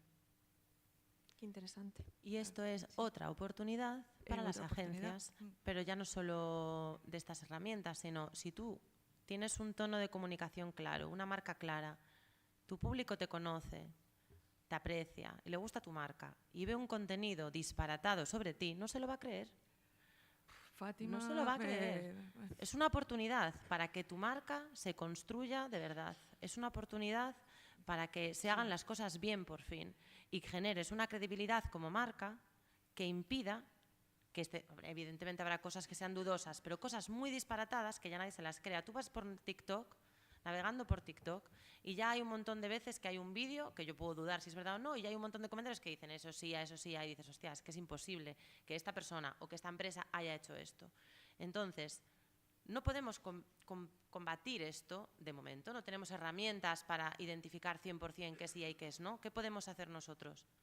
Construir marcas desde una verdad, construir discursos de marca que sean reales y que tengan un público fiel que lo defienda. Sí, estou de acordo, pero estou de acordo, non, o que vou decir non está en contra do que te dices porque tens razón, é dicir, todo o que seña a construción deso, de feito, pois é algo que do que falamos, non? É dicir, a única xeito de protexerte en escenarios de risco, ter unha marca e unha construción de reputación moi sólida.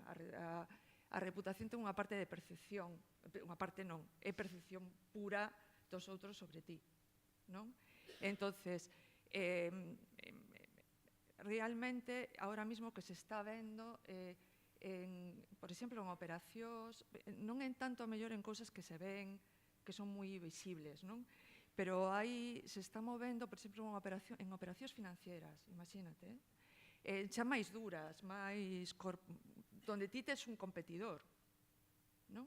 E donde nos faltan, falabades de ética, ás veces mecanismos de regulación e de ética. Entonces, aí hai xente que entra, e de feito, sinto abrir un melón agora no último momento, pero hai axencias que se prestan a elo, non? Que non teñen demasiados escrúpulos a hora de utilizar determinadas ferramentas. Eso é algo que hai que saber. Igual que se pode influir nunhas eleccións, que de feito todo se sabe, se hace, se pode influir para tumbar unha operación corporativa. Pero es que antes se hacía a través de negocio con este medio, me llevo bien con este otro, no ha cambiado, solo ha cambiado la plataforma, igual ahora es más compleja de seguir. Antes tiñas mediadores, tiñas... Sí, a ver, eu non digo, son un pouco a bola de cebolleta desta mesa, o sinto. Eu estudiei en Mazarelos, é dicir, esta facultade a pisei 2 veces na miña vida, pero non quero decir que antes fora mellor, pero antes tiñas xornalistas mediadores que eran profesionais que mediaban e que para facer a xente con máis anos. Se recordáis Perejil, Francisco Perejil no País. Francisco Perejil no País tardaba a facer unha reportaxe un mes. Oxe, eso non existe nun medio, é dicir,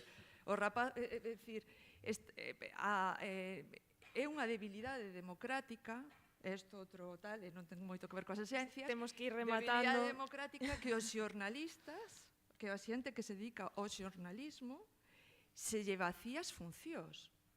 É dicir, que non se dé valor a esa profesión. Esa profesión é super importante, porque ten que mediar entre algo que dicen diferentes voces e intentar construir, sen perder unha subjetividade, porque somos sujetos, non obxectos, esta momento me dixo un profesor, e a subjetividade, olvídate, non existe, non somos obxectos, somos sujetos, entonces todo é subjetivo, pero a subjetividade pode convivir cunha búsqueda da verdade, cunha realidade.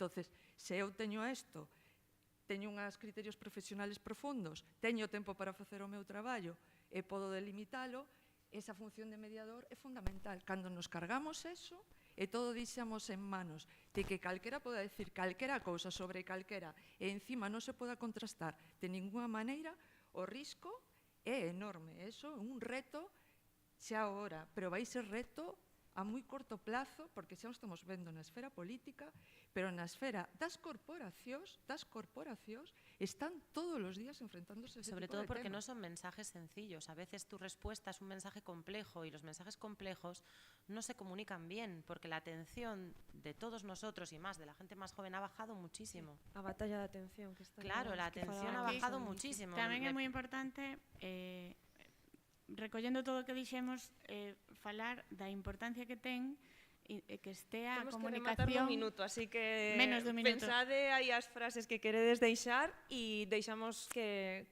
o público tamén poida preguntar. Que estea todo, o sea, que sexamos capaces de integrar, sobre todo nas empresas, porque isto, ao final, falamos de reputación, e a reputación trátase de construir un territorio de marca e que ti nese territorio sexas capaz de moverte tamén nesa verdade, que a xente poida confiar en ti, é dicir, bueno, os intangibles dos que falábamos antes que non son tan intangibles, hai moitos que son tangibles, entón, aí entra o talento do que falábamos antes, é dicir, que as persoas son as que moitas veces agora elixen as corporacións, as empresas nas que queren traballar, non somos nós os que eliximos a quen queremos ter, 50-50, pero bueno, cada vez máis a xente ten outro criterio.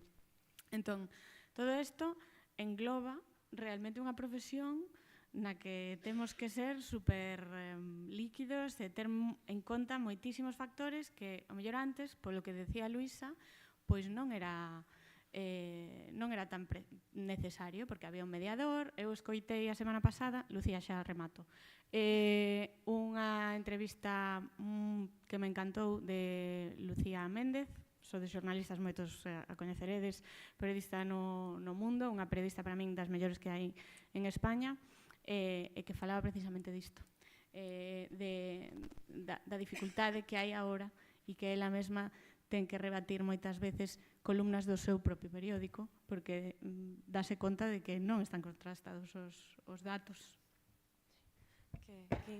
Que importante é iso, non? A contrastación e o pensamento crítico con consciencia. Pois é que nos quedamos en tempo, xa estamos consumindo tempo do café, pero quería deixar un espazo para que alguén que queira facer unha pregunta já poida lanzar as 4 relatoras hoxe aquí da mesa, e se non, pois tamén falamos despois nun ambiente máis distendido no café sobre estes temas. Agora é a vosa quenda. Hai unha pregunta, hai outra aí atrás. Está aí o micro. Hola. Habéis sido muy contundentes con el tema de que los gabinetes de comunicación están muertos. Desde las agencias, ¿los veis muertos y por qué?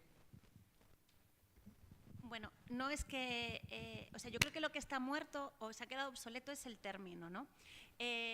Nosotros estamos trabajando ahora en un modelo, lo avanzaba antes, lo que pasa es que no me dio tiempo a desarrollarlo mucho, que llamamos un ecosistema de reputación inteligente, donde yo creo que lo que son los medios de comunicación y los periodistas siguen siendo unas audiencias instrumentales, un medio, valga la redundancia, para llegar a las audiencias pues más generalistas y que son estratégicas para las empresas. ¿Por qué? Pues uno de los motivos ya lo avanzaba antes.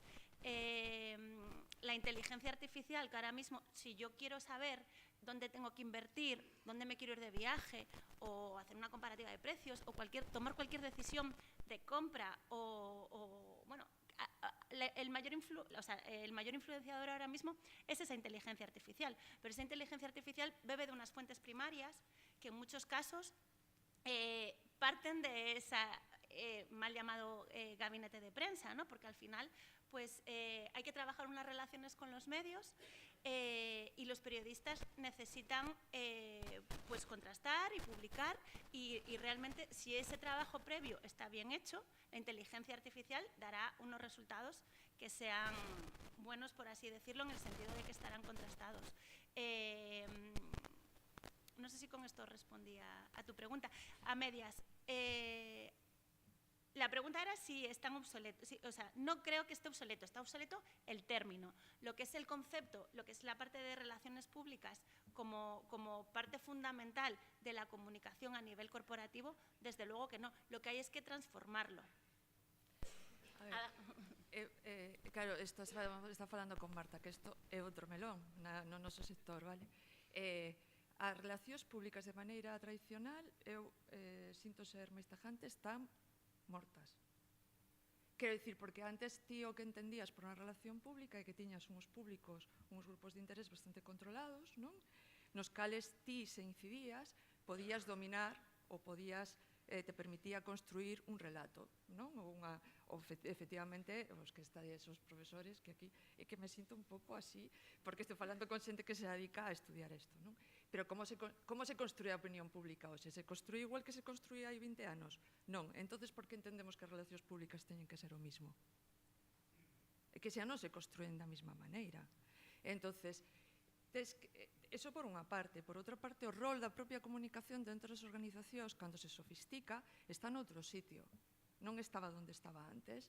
É dicir, ti antes o rol hai 20 anos, de novo de abuela cepolleta, hai 20 anos, ti prácticamente o 60 ou 70% do teu traballo era falar cos medios e falar co responsable de comunicación que en fora dentro da organización, o director xeral, se había alguén de prensa con prensa e demais. Eso era o 60 ou 70% do teu traballo. Oxe, na miña oficina, eso ao mellor é un 15%. O resto é facer outras cousas. É estar pensando estratégicamente, incluso cando te vas, non quero tampouco, porque eso teño falado con Luz, con Isaac en concreto que está aquí, tampouco quero que pues, elevar tanto o rol dos comunicadores que parece que nosotros temos que tomar decisións a altísimo nivel nas organizacións, porque eso tamén nos acaba convertindo en xente que leva entrevistas fichas de ajedrez nos bolsillos. Vale? Pero que tampouco é eso. Pero, desde logo, as relacións públicas, o que entendemos por relacións públicas, que están escritos os libros de relacións públicas hasta hoxe, os manuales hasta onde eu coñezo, eso está obsoleto. Pero está obsoleto porque esa forma de construción de opinión pública xa non existe. Os grupos de interés tamén son moitísimos, o sea, están menos concentrados, máis diversos, en canales completamente inabarcables moitas veces, polo tanto, para min, xera máis, dalle máis importancia a esa construcción da comunicación a nivel interno e a solidez que debe de ter. Despois contarános, seguramente está Consuelo, está Beatriz para falarnos da parte interna, pero eu levei a comunicación desde dentro de marcas e claro, ese relato ten que ser super sólido, porque aí é cando permite que despois non ocurran según que cousas. Tuven que xestionar unha anécdota rapidísima. Sí, porque estamos xa, estáme mirando María José, que estamos en extremis. Pois corto, conto lavo no café. Deixo-vos coas ganas. Porque que había unha última pregunta e neste xa vos pido que sexas unha persoa que na poida responder ou nunha forma breve, despois xa rematamos. A última pregunta que a tiña o rapaz de arriba. Sinto, pero que a verdade é que nos daba isto para outras 2 horas. Nada, bueno, eu a día de hoxe traballo de responsable de comunicación nunha entidade do terceiro sector e o que si noto é un gran abismo, quizáis porque as agencias de comunicación estades máis enfocadas a produtos, a produtos finales. Entón a miña pregunta é por que hai esa diferenciación entre cando estades en contacto cunha empresa pois que vende un refresco ou vende unha marca de roupa e vades de repente se fai un proxecto para unha entidade do terceiro sector que non vendemos produtos, vendemos experiencias ou historias de personas.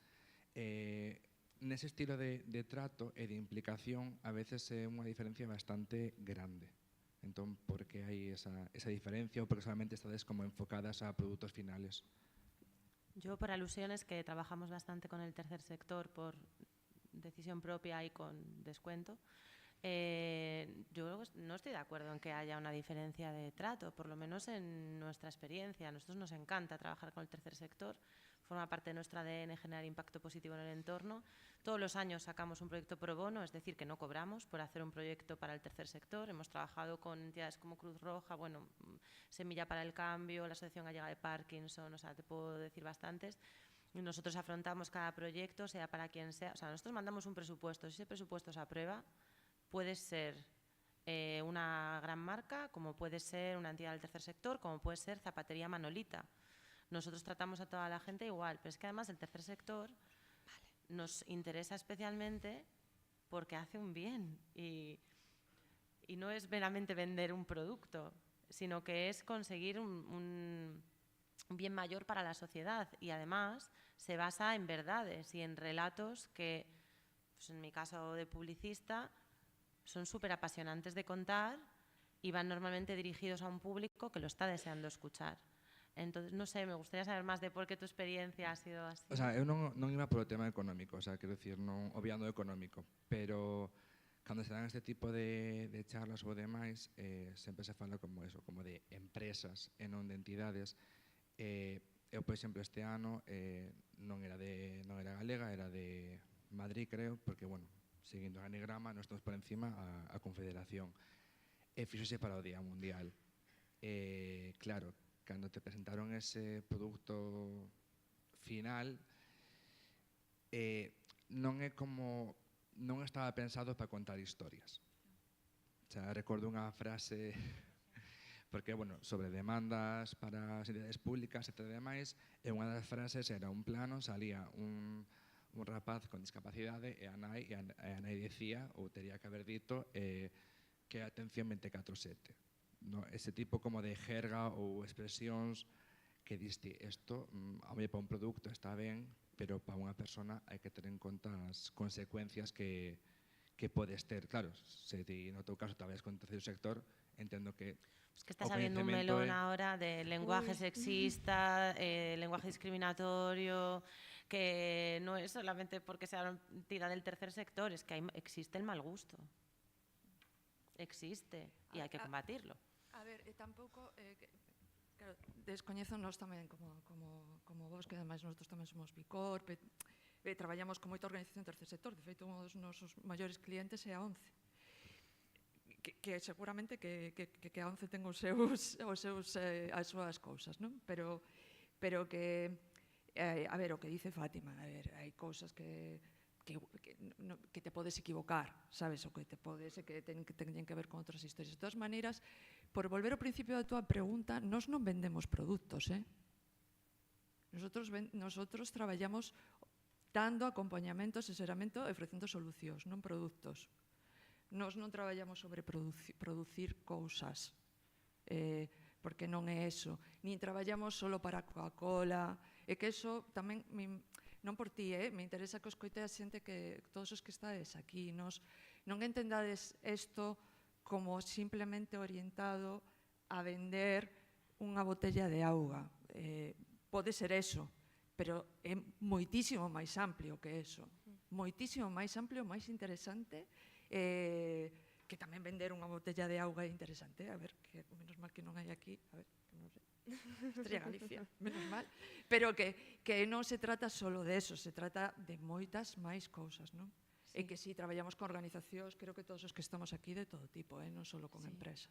Organizacións, institucións, empresas, ONGs, vamos, que as axencias que están hoxe aquí representadas teñen moitos proxectos que eu vos convido a que tamén visitedes a súa páxina web, porque teño un portfolio moi chulo e que poidades ver tamén en que están metidas nas súas redes sociais. É que nos quedamos sen tempo, de verdade.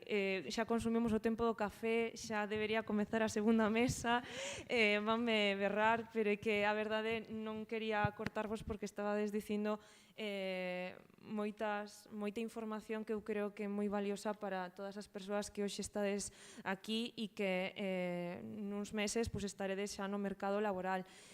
Simplemente agradecervos, Fátima, Ángela, Marta e Luisa, que hoxe fixerades un oquiño nas vosas axendas para compartir os vosos coñecementos con todos nós. E eu creo que isto é super interesante, este diálogo entre xeracións, onde para min a palabra fundamental é o pensamento crítico, xa o dixen moito, pero que creo que é o que temos que ter todos na cabeciña, e con iso xa se vai construindo todo o demais. Graciñas a todos e a todas.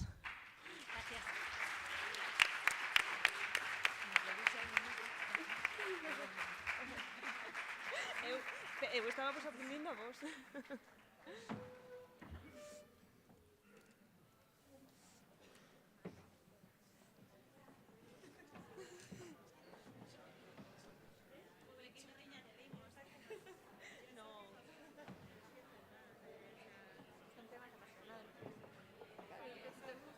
Pero sí que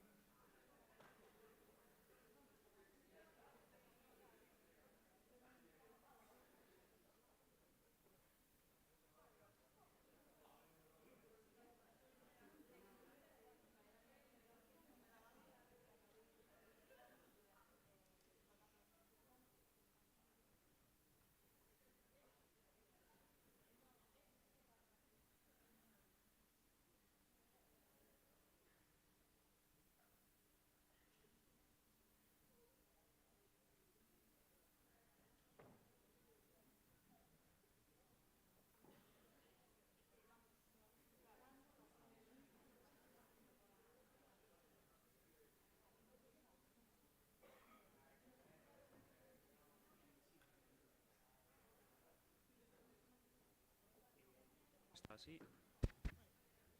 Hola, hola.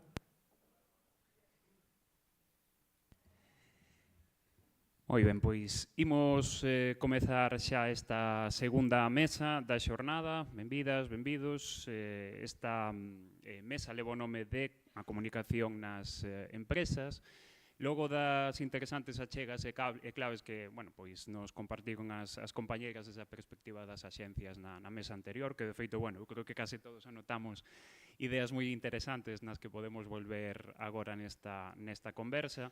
Imos escoitar agora a profesionais que teñen o gran reto de comunicar desde entidades de referencia nos seus respectivos sectores, non? Antes de comezar, bueno, só quería reiterar o agradecemento á Deputación da Coruña que subvenciona esta xornada, así como a Facultade de Ciencias da Comunicación que nos acolle unha vez máis neste auditorio e tamén pois a todo o equipo do colexio que fixo posible esta xornada, non, a través da organización. E desde logo tamén agradecemento para estas persoas que nos acompañan hoxe na mesa por facer un oco na xenda, bueno, que de seguro está pois ben apretada e intensa para compartir esta conversa, non? Cos profesionais presentes, hai entre o público pois profesionais da comunicación corporativa que xa traballan neste sector, pero tamén para vós, pois os futuros profesionais que agardo que vos levedes moitas ideas interesantes hoxe, non? Sen máis dilación, vou presentar brevemente as 5 persoas que me acompañan. Comezamos desde a esquerda por Beatriz Díaz Lorenzo, que é directora de Comunicación e Imaxe Corporativa do Grupo Cendal. Beatriz é licenciada en Ciencias Económicas pola Universidade de Vigo, conta cun máster en Dirección Comercial e Mercadotecnia pola Escola de Negocios Caixa Nova, actual IESIDE, e formación en Dirección de Mercadotecnia pola ESADE, Comunicación e Mercadotecnia Digital polo IES. Iniciou a súa carreira en Cedonosa, Ferrogrés, e na consultora estratégica de comunicación CONIC.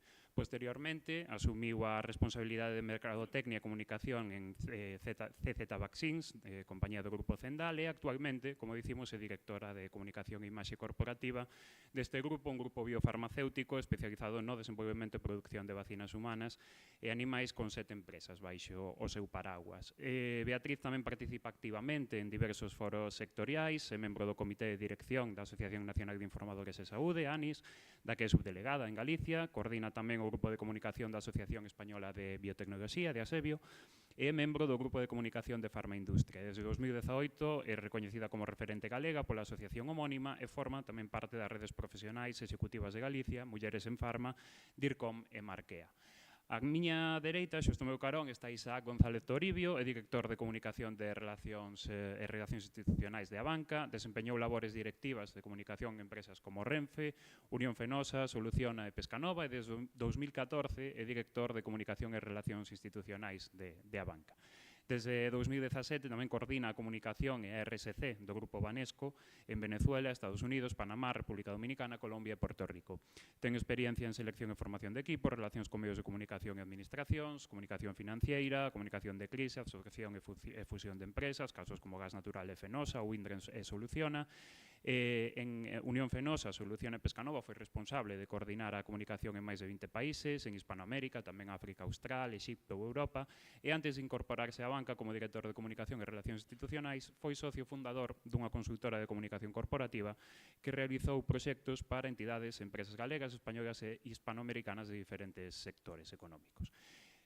Agora, xusto o meu carón á miña esquerda, está Consuelo Luces Cores, que é responsable de Marketing e Comunicación de Altia, tamén, bueno, membro do Comité de Dirección da empresa, e xunto co seu equipo desenvolve a Estrategia Global de Mercadotecnia e Comunicación, lidera a xestión de comunicación corporativa, asegurando a coherencia da mensaxe interna e externa, e paralelamente executa o Plan de Mercadotecnia Global con accións específicas enfocadas ao cliente. Consuelo ten máis de 15 anos de experiencia no sector, é licenciada en Publicidade e Relacións Públicas pola Universidade de Vigo, máster en Comunicación Empresarial por ESI, que complementou tamén a súa educación con programas executivos en Mercadotecnia Digital, Dirección e Liderado, que lle permitiu desenvolver habilidades estratégicas no ámbito empresarial. Ten tamén experiencia como formadora e titora en cursos sobre branding, Mercadotecnia Digital, entre outros en diversas institucións. A súa trayectoria está caracterizada por un enfoque no posicionamento de marca e a creación de plans de comunicación efectivos. Colaborou tamén no desenvolvemento de campañas desde as relativas á cultura corporativa ou experiencia do cliente, así como en procesos de comunicación interna. Logo, á súa esquerda está Alba Rodríguez, da área de Comunicación e Marketing da Veiga, tras graduarse na Facultade de Ciencias Sociais e de Comunicación en Pontevedra, na Vigo, e Publicidade e Relacións Públicas, e especializarse en Marketing Digital en Madrid. Leva traballando no eido do marketing e da comunicación desde 2017, sempre cunha paixón especial polas redes sociais e o marketing de contidos. Ao longo destes anos, tivo a sorte de desenvolverse profesionalmente en diferentes axencias, editoriais e sectores ata chegar ao seu posto actual como comunicóloga nas Mariñeiras da Veiga. Algo di que lle encanta poder poñer o seu gran de area para dar visibilidade aos produtos locais de Galiza, menos coñecida, e contribuir a que a nosa terra teña a presenza e o valor que merece. E finalmente, á dereita, neste extremo da mesa, está Sara Torreira Rodríguez, que é responsable de Marketing e RSC de Casa Grande de Xanceda. Sara rematou de estudar xornalismo alá polo ano 2012 e comenta que a precariedade da profesión levou a rematar especializándose en comunicación, na que traballou a maior parte da súa vida laboral. Gústalle dicir que noutra vida foi xornalista, pero, bueno, que postureo, que o oficio máis bonito do mundo vai sempre con ela. Así que nada, unha vez coñecemos os perfis e as biografías das persoas que nos acompañan desta mesa, imos comezar coa primeira das tres partes desta conversa. Queremos comezar por unha breve introducción de cada un de vos, dos que nos acompañades aquí, na que expliquedes brevemente como funcionan os equipos de comunicación da vosa empresa, co fin de que poidamos coñecer un pouquiño mellor as realidades e contextos nos que traballades, e tamén un pouco como vos integrades na organización, na estrategia de empresa, non? Tendo en conta que temos perfis de sectores moi diversos, pois imos comezar con esta presentación. Así que imos continuar coa mesma quenda de presentacións. Beatriz, do Grupo Zendal.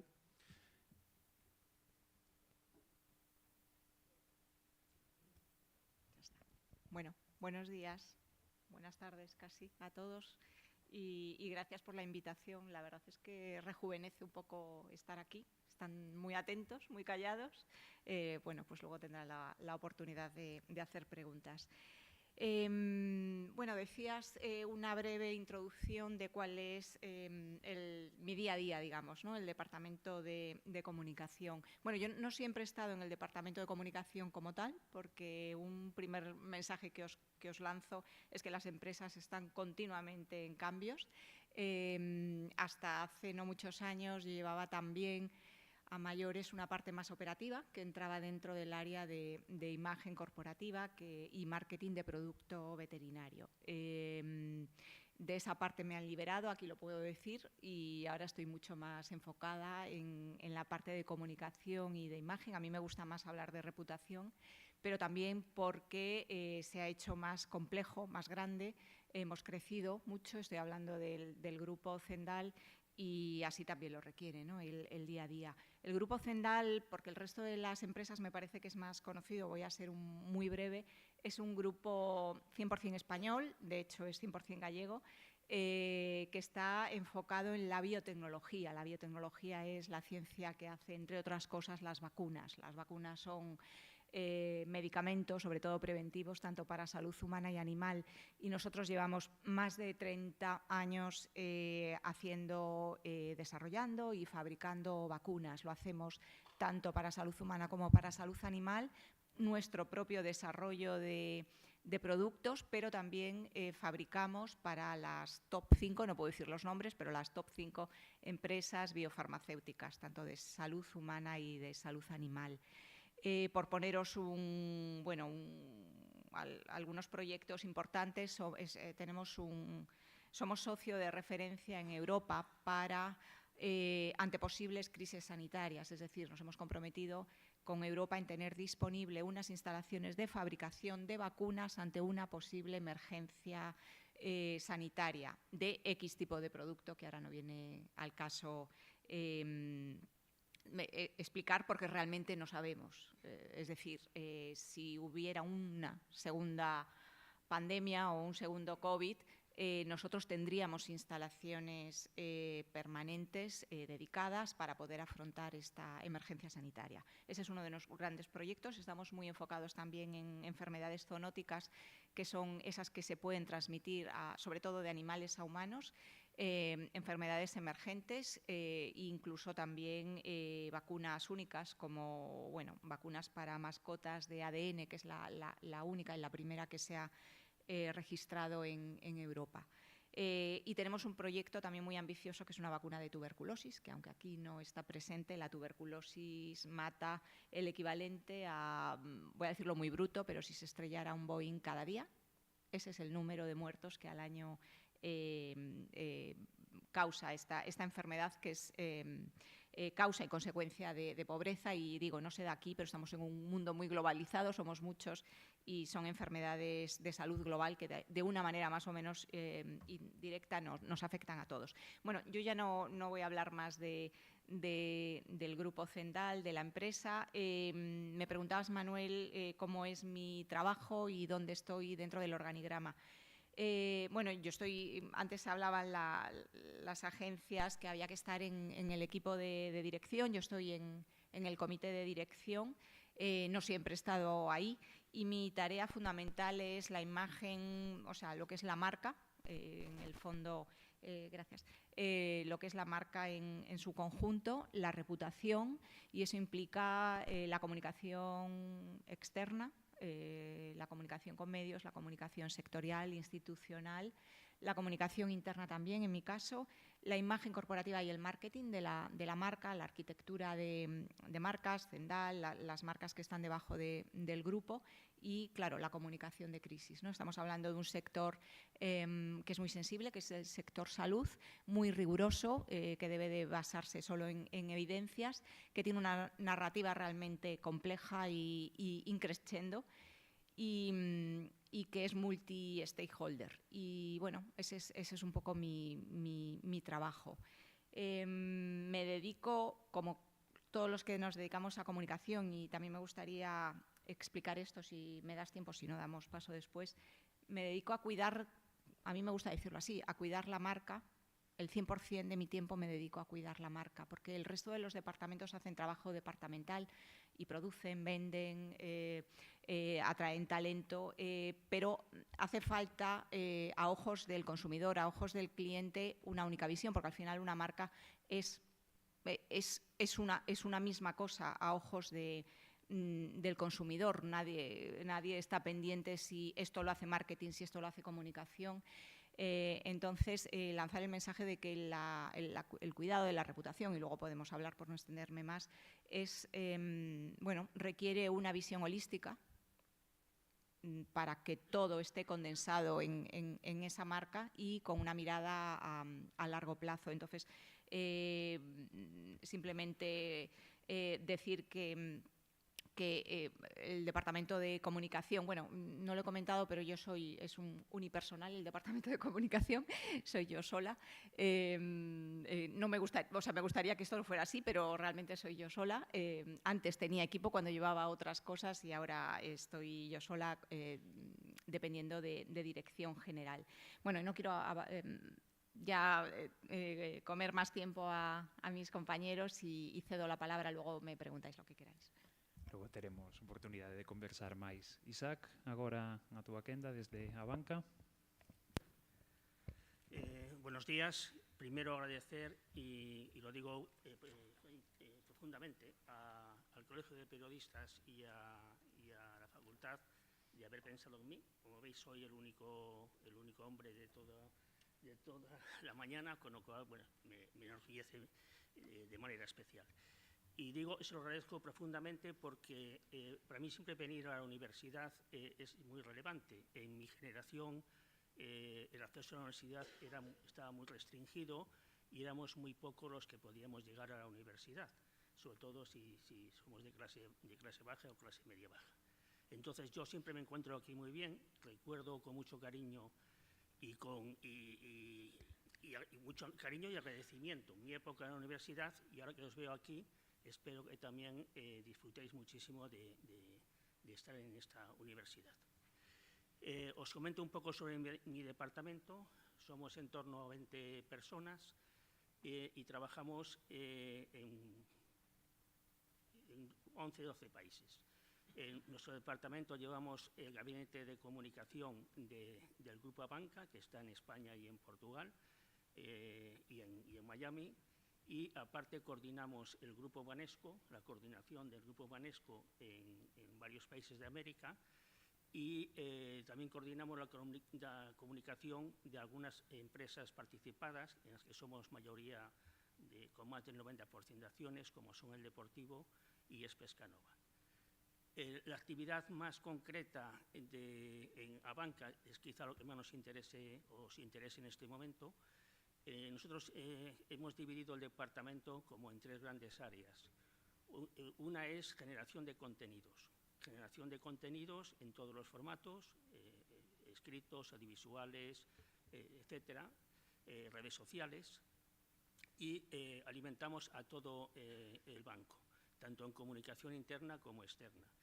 Todo el contenido que se distribuye internamente en el banco o que sale al exterior se realiza en nuestro departamento, desde intervenciones de presidencia o consejero delegados a intervenciones de directores generales, cualquier comunicado, etcétera.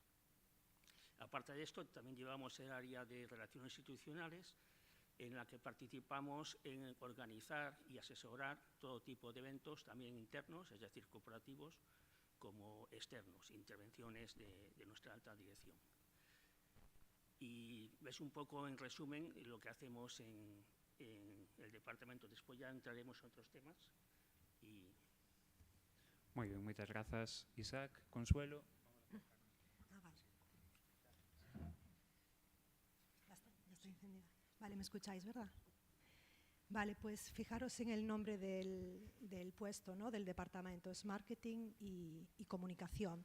Creo que las dos pueden convivir y os explico cómo lo hacemos en Altia. Porque en Altia también utilizamos el marketing como una fórmula de comunicación, porque entendemos que sin posicionamiento, sin reputación, su notoriedad de marca, va a ser complicado situar nuestros productos, nuestros servicios en el mercado. Por eso lo seguimos uniendo. Forma parte del comité de dirección.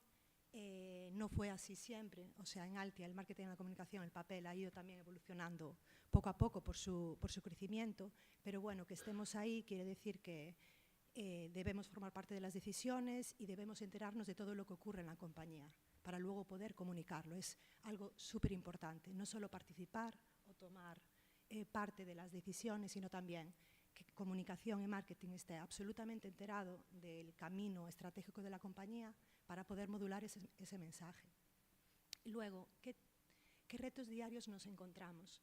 Bueno, desde el departamento lo que hacemos es llevamos la comunicación y el marketing a nivel de grupo corporativo. Somos un grupo que estamos presentes en 10 países, oficinas en 10 países, más de 4.000 personas trabajando, y dentro de Altia, dentro del sistema monolítico de marcas, tenemos más compañías, más marcas, ¿no? Entonces llevamos la comunicación del grupo, la comunicación de Altia como compañía y luego también algún que otro mercado. Esto es un sistema muy complejo. Entonces lo que intentamos hacer es simplificar enormemente nuestra plataforma de marca. ¿Qué somos? ¿Cuál es nuestro propósito? ¿Cuáles son nuestros valores? Simplificarlo para hacerlo eficiente y ser capaz de escalarlo, tanto internamente, es muy complejo, 4.000 personas que entiendan cuál es su compañía y qué hacen y cuál es el propósito de nuestro trabajo diario. Eso ya es el primer reto, ¿vale? Trasladar a la gente lo que es Altia como compañía. Luego, trasladar a uno de nuestros 2 grandes públicos externos, que son el talento. Sector tecnológico, déficit del talento. Bueno, pues tenemos que intentar explicar a la gente cómo somos y lo que hacemos, ¿vale? Y por qué es interesante trabajar en una empresa con un propósito como el nuestro. Y luego, por último, posicionar nuestro saber hacer en grandes cuentas, ¿no? Nuestros clientes son grandes compañías. Y lo que digo, no somos una empresa tan de producto, somos un grupo enfocado más a servicio. Entonces, independientemente de que tengamos que defender nuestra capacidad tecnológica, tenemos que también defender nuestra reputación y nuestro posicionamiento como compañía a largo plazo, como compañero ideal hacia la digitalización, ¿no? de nuestros clientes. Entonces, al final, va de acciones concretas de mercado, pero sobre todo va de acciones a largo plazo. Y yo creo que en contraposición un poquito de lo que se decía en la primera mesa, creo que es un muy buen momento para la comunicación. Creo que los empresarios, los grandes empresarios, están entendiendo este camino, este cambio de no el corto plazo, sino irnos a largo plazo y a entender que ya no estamos en los años 90, ¿no? Donde vendíamos producto, no estamos en los años 2000, donde vendíamos experiencia o donde nos ocupábamos de la experiencia del cliente. Ahora mismo, en los años 2020 que estamos ahora, hemos entendido que las compañías son mucho más que productos o servicios. Es largo plazo, es compromiso, la gente compra más que una solución concreta y por eso en las grandes compañías que tenemos en Galicia, y yo creo que Galicia en este entorno difiero también, creo que estamos haciendo las cosas muy bien y a veces nos pasa esto, ¿no?, del gallego, de decir, bueno, es que en Galicia no estoy tan de acuerdo. Bueno, hemos empezado a entender este proceso y estamos ahí y bueno, es una oportunidad para todos, ¿no?, para seguir creciendo profesionalmente. Moitas grazas, Consuelo. E agora a quenda de Alba. Bueno, hola, bo día. Antes de nada, agradecer tamén pola invitación a participar nesta xornada. E, bueno, dame un pouco de envexa estar hoxe aquí porque eu no seu momento quería estudiar xornalismo, pero non me deu a nota de corte para entrar aquí na USC. E acabei, bueno, na UVigo, na que, bueno, adoro esa facultade e adoro, ao final, a carreira que estudei, que é publicidade. E nada, vou vos contar, porque non sei se coñecedes a nosa empresa, pero un pouco por enriba e tamén cale o rol ou o papel que fago eu dentro de Daveiga. Daveiga é un proxecto empresarial que dedícase por unha parte a comunicar o proxecto de economía social que hai detrás da marca e ao mesmo tempo tamén ofrecer un produto que son as mariñeiras, que para que non o coñeza son tostas de pan, pero sen miolo. Entón, bueno, é unha empresa pequeniña que naceu no rural, estamos ubicados en Chantada, e nada, tamén o Departamento de Comunicación é completamente unipersonal, estou eu soa neste caso, pero traballamos de forma horizontal, man a man, co coordinador xeral da empresa e, no meu caso, co Departamento Comercial. Tamén, como no caso de Consuelo, a área chamase de Comunicación e Marketing porque, bueno, tocamos todos os aspectos, tanto a comunicación interna e externa da empresa como marketing propio da empresa. No meu caso persoal, eu veño de traballar en axencias, estive en Madrid un par de aniños, vale? Para min foi moi importante atopar unha empresa que creo que, supoño que máis adiante falaremos un pouco máis dos perfis que están a buscar e demais, pero para min faime feliz traballar nunha empresa na que os valores son os mesmos cos meus. Creo que, honestamente, o traballo sae de forma diaria moito máis sinxelo, comunicar no que ti crees ao final, bueno, se che gusta esta profesión, vai a facerte feliz de forma diaria, non? Entón, bueno, é moi importante para nós comunicar de forma tanto interna como externa que somos, como decía tamén Consuelo, que a propia empresa, perdón, que as propias traballadoras da empresa sintan e sepan que é da Veiga, e que todo o mundo poida comunicar eses valores e sentirse orgullosos e ao mesmo tempo externalizalo e mostralo á xente. A miña labor principal, basicamente, é comunicar tamén non só enfocarnos nun produto. Non quero que a xente merque mariñeiras por simplemente que precise dese produto ou quera consumir ese produto, senón porque se sinta identificado cos valores que hai detrás deste proxecto empresarial.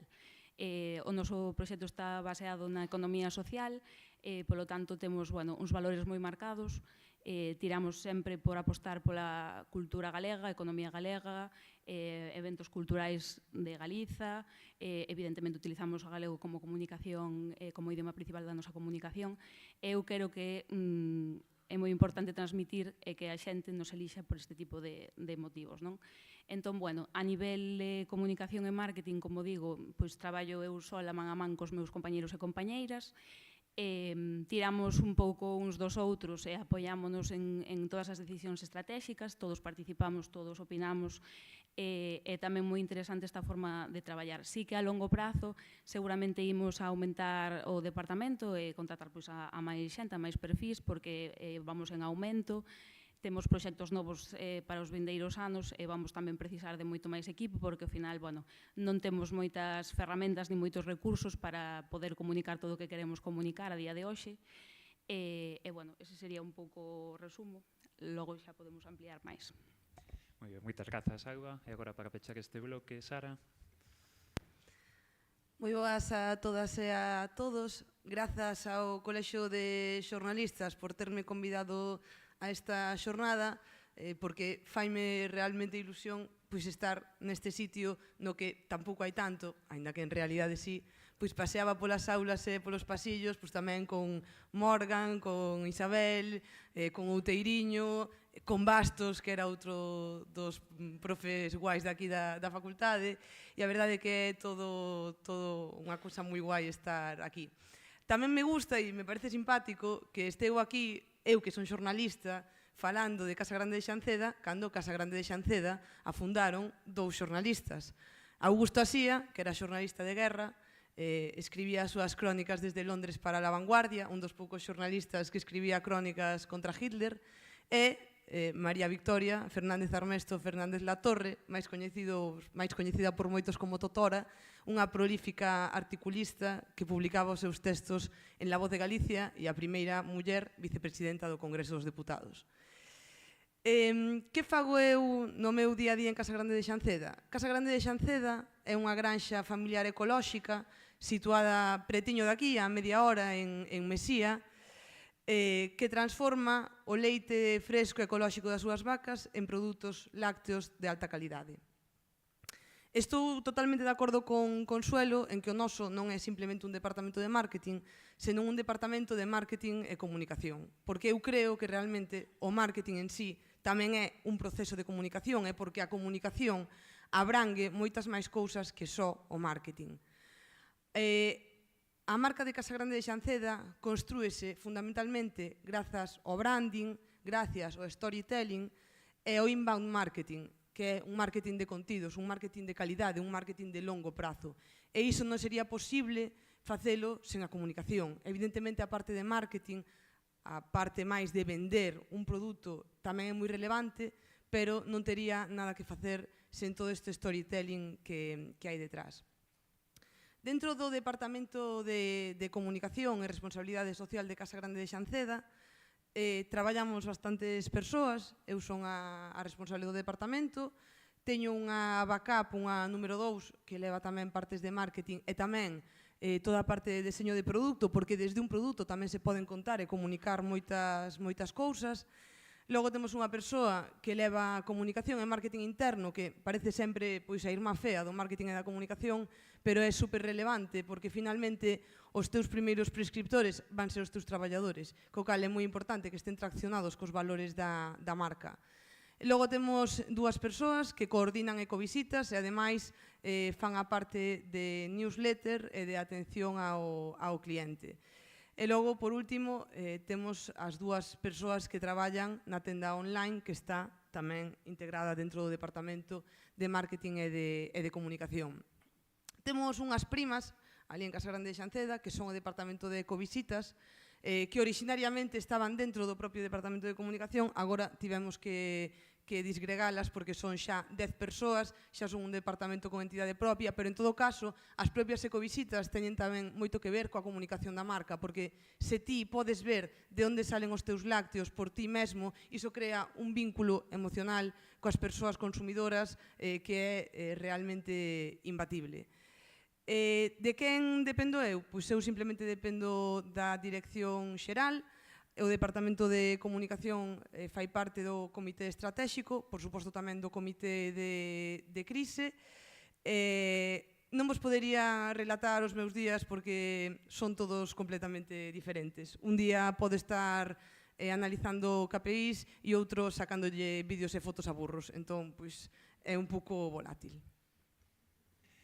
Moi ben, pois moitas grazas, Sara. Despois deste primeiro bloque de presentación, que nos serviu un pouco para coñecer mellor as diversas realidades as que se enfrontan estes departamentos de comunicación das empresas, quería abrir agora un espazo de conversa, un pouco que, xa falaramos con un pouco máis en modo de conversación, Sobre un primeiro punto, despois iremos a outros asuntos tamén moi interesantes, pero, bueno, houbo ideas moi relevantes que se comentaron na mesa anterior, por exemplo, como cambiaron esas dinámicas de relación pois cos mediadores, falando, lóxicamente, de xornalistas e de medios de comunicación, pero tamén desa escoita, non? Que se anotou na mesa anterior, da escoita das audiencias, de entender, bueno, pois como respira o mundo aí afora e como iso nos pode afectar a marca, non? Entonces, non sei quen quere romper o xeo un pouco para contar un pouco máis sobre como abordades esa relación con xornalistas, con medios de comunicación, pero tamén como facedes ese proceso de escoita, non? Para ver un pouco pois como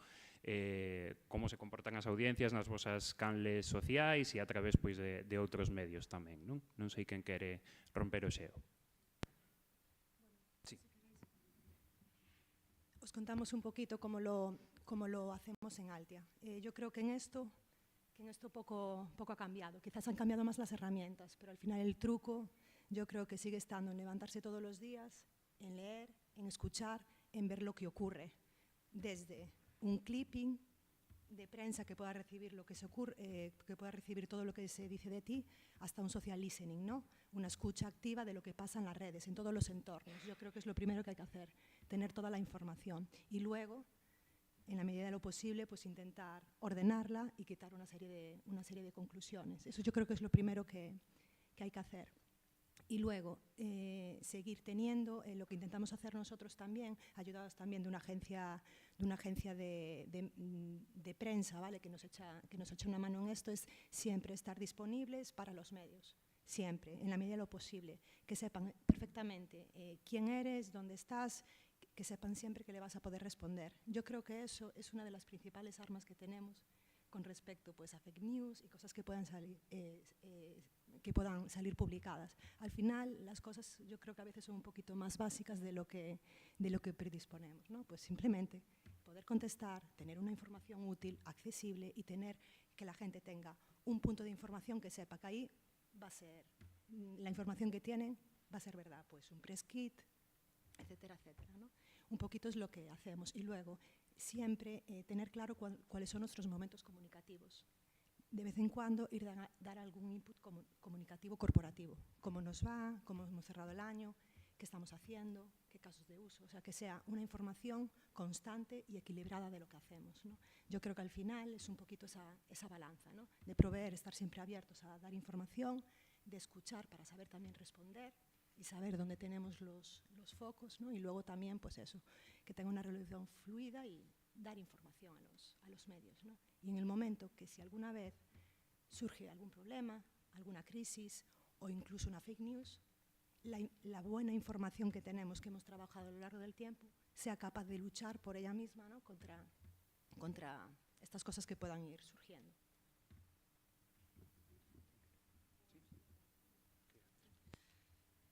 Bueno, coincido mucho con lo que nos comentaba la responsable de Altia. En nuestro caso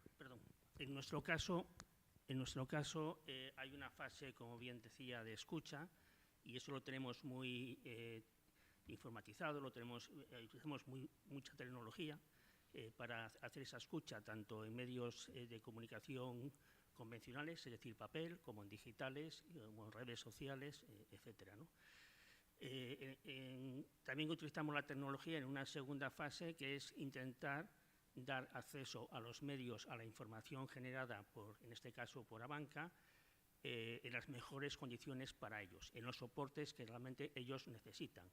Hacemos comunicación específica para radios, es decir, con audios, para televisiones, con vídeos también para medios digitales, utilizamos infografías, y todo eso lo gestionamos básicamente con una página web que da acceso a los medios, o a la sala de comunicación, perdón, de esa página web, y de ahí pueden descargar de manera automática los documentos. En la mesa anterior se habló de las relaciones, se decían públicas. Yo creo que la comunicación tiene poco que ver con relaciones públicas. Yo creo que son más relaciones personales y con círculos de confianza. En nuestro caso, las relaciones personales son vitales. Yo sigo confiando más en una relación personal con un periodista, con un jefe de sección, que en cualquier otro formato. De hecho, yo gran parte de mi tiempo, y sobre todo que viajo mucho, en los viajes me dedico a comer, cenar, etcétera, con medios de comunicación. Yo creo que hay que generar confianza con los medios, que te vean como un interlocutor con criterio, un interlocutor riguroso, que nunca te va a mentir. Le puedes decir a un periodista, mira, yo no te lo puedo contar, o te lo puedo contar en off, por ejemplo, o de récord, pero que nunca lo que tú digas va a ser una mentira o les vas a engañar. Esa parte, si no es con una cercanía personal, va a ser muy difícil que por otros medios se consiga. Nosotros tenemos, en general, un problema serio con los medios en esta época actual, en el que hay una gran variedad de medios digitales, muchos de ellos con no demasiados periodistas trabajando, y que funcionan mucho en lo que se denomina clip, o sea, la noticia instantánea.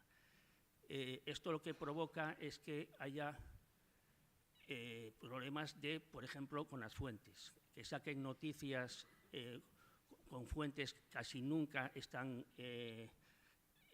descritas qué tipo de fuentes, sino fuentes, se habla de fuentes en general, y por supuesto no está contrastado, incluso no llaman a la fuente real, que en este caso sería la empresa, para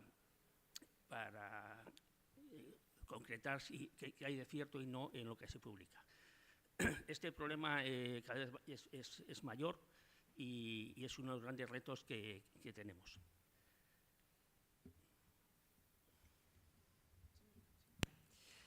Ben, pois eu creo que efectivamente o que comentaba Consuelo é moi importante. Unha empresa non pode permanecer allea ao que pasa ao seu redor, polo tanto, esa escoita da realidade é importante. Nós temos a fortuna de ter unha comunidade moi grande en redes sociais, por iso pois temos uns informes de escoita activa nos que tamén podemos ver por onde van os tiros, e só por completar un pouco todo o que dixeron eles, o que comentabas ti tamén, dunha boa relación cos xornalistas, de que te perciban como unha fonte seria, como unha fonte rigurosa, pois ademais diso, eu creo que a nivel de campañas que vayas facer é sempre moi interesante pensar nun worst case, que é o peor que che pode pasar.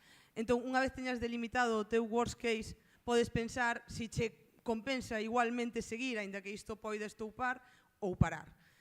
Exemplifico volo moi rápido, nos ano pasado fixemos unha campaña que en principio parecía monísima, chamábase Lametazos contra el abandono.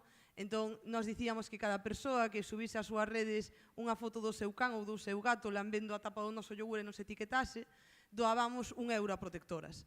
Entón, pois, non parecía que nada pudese fallar aí.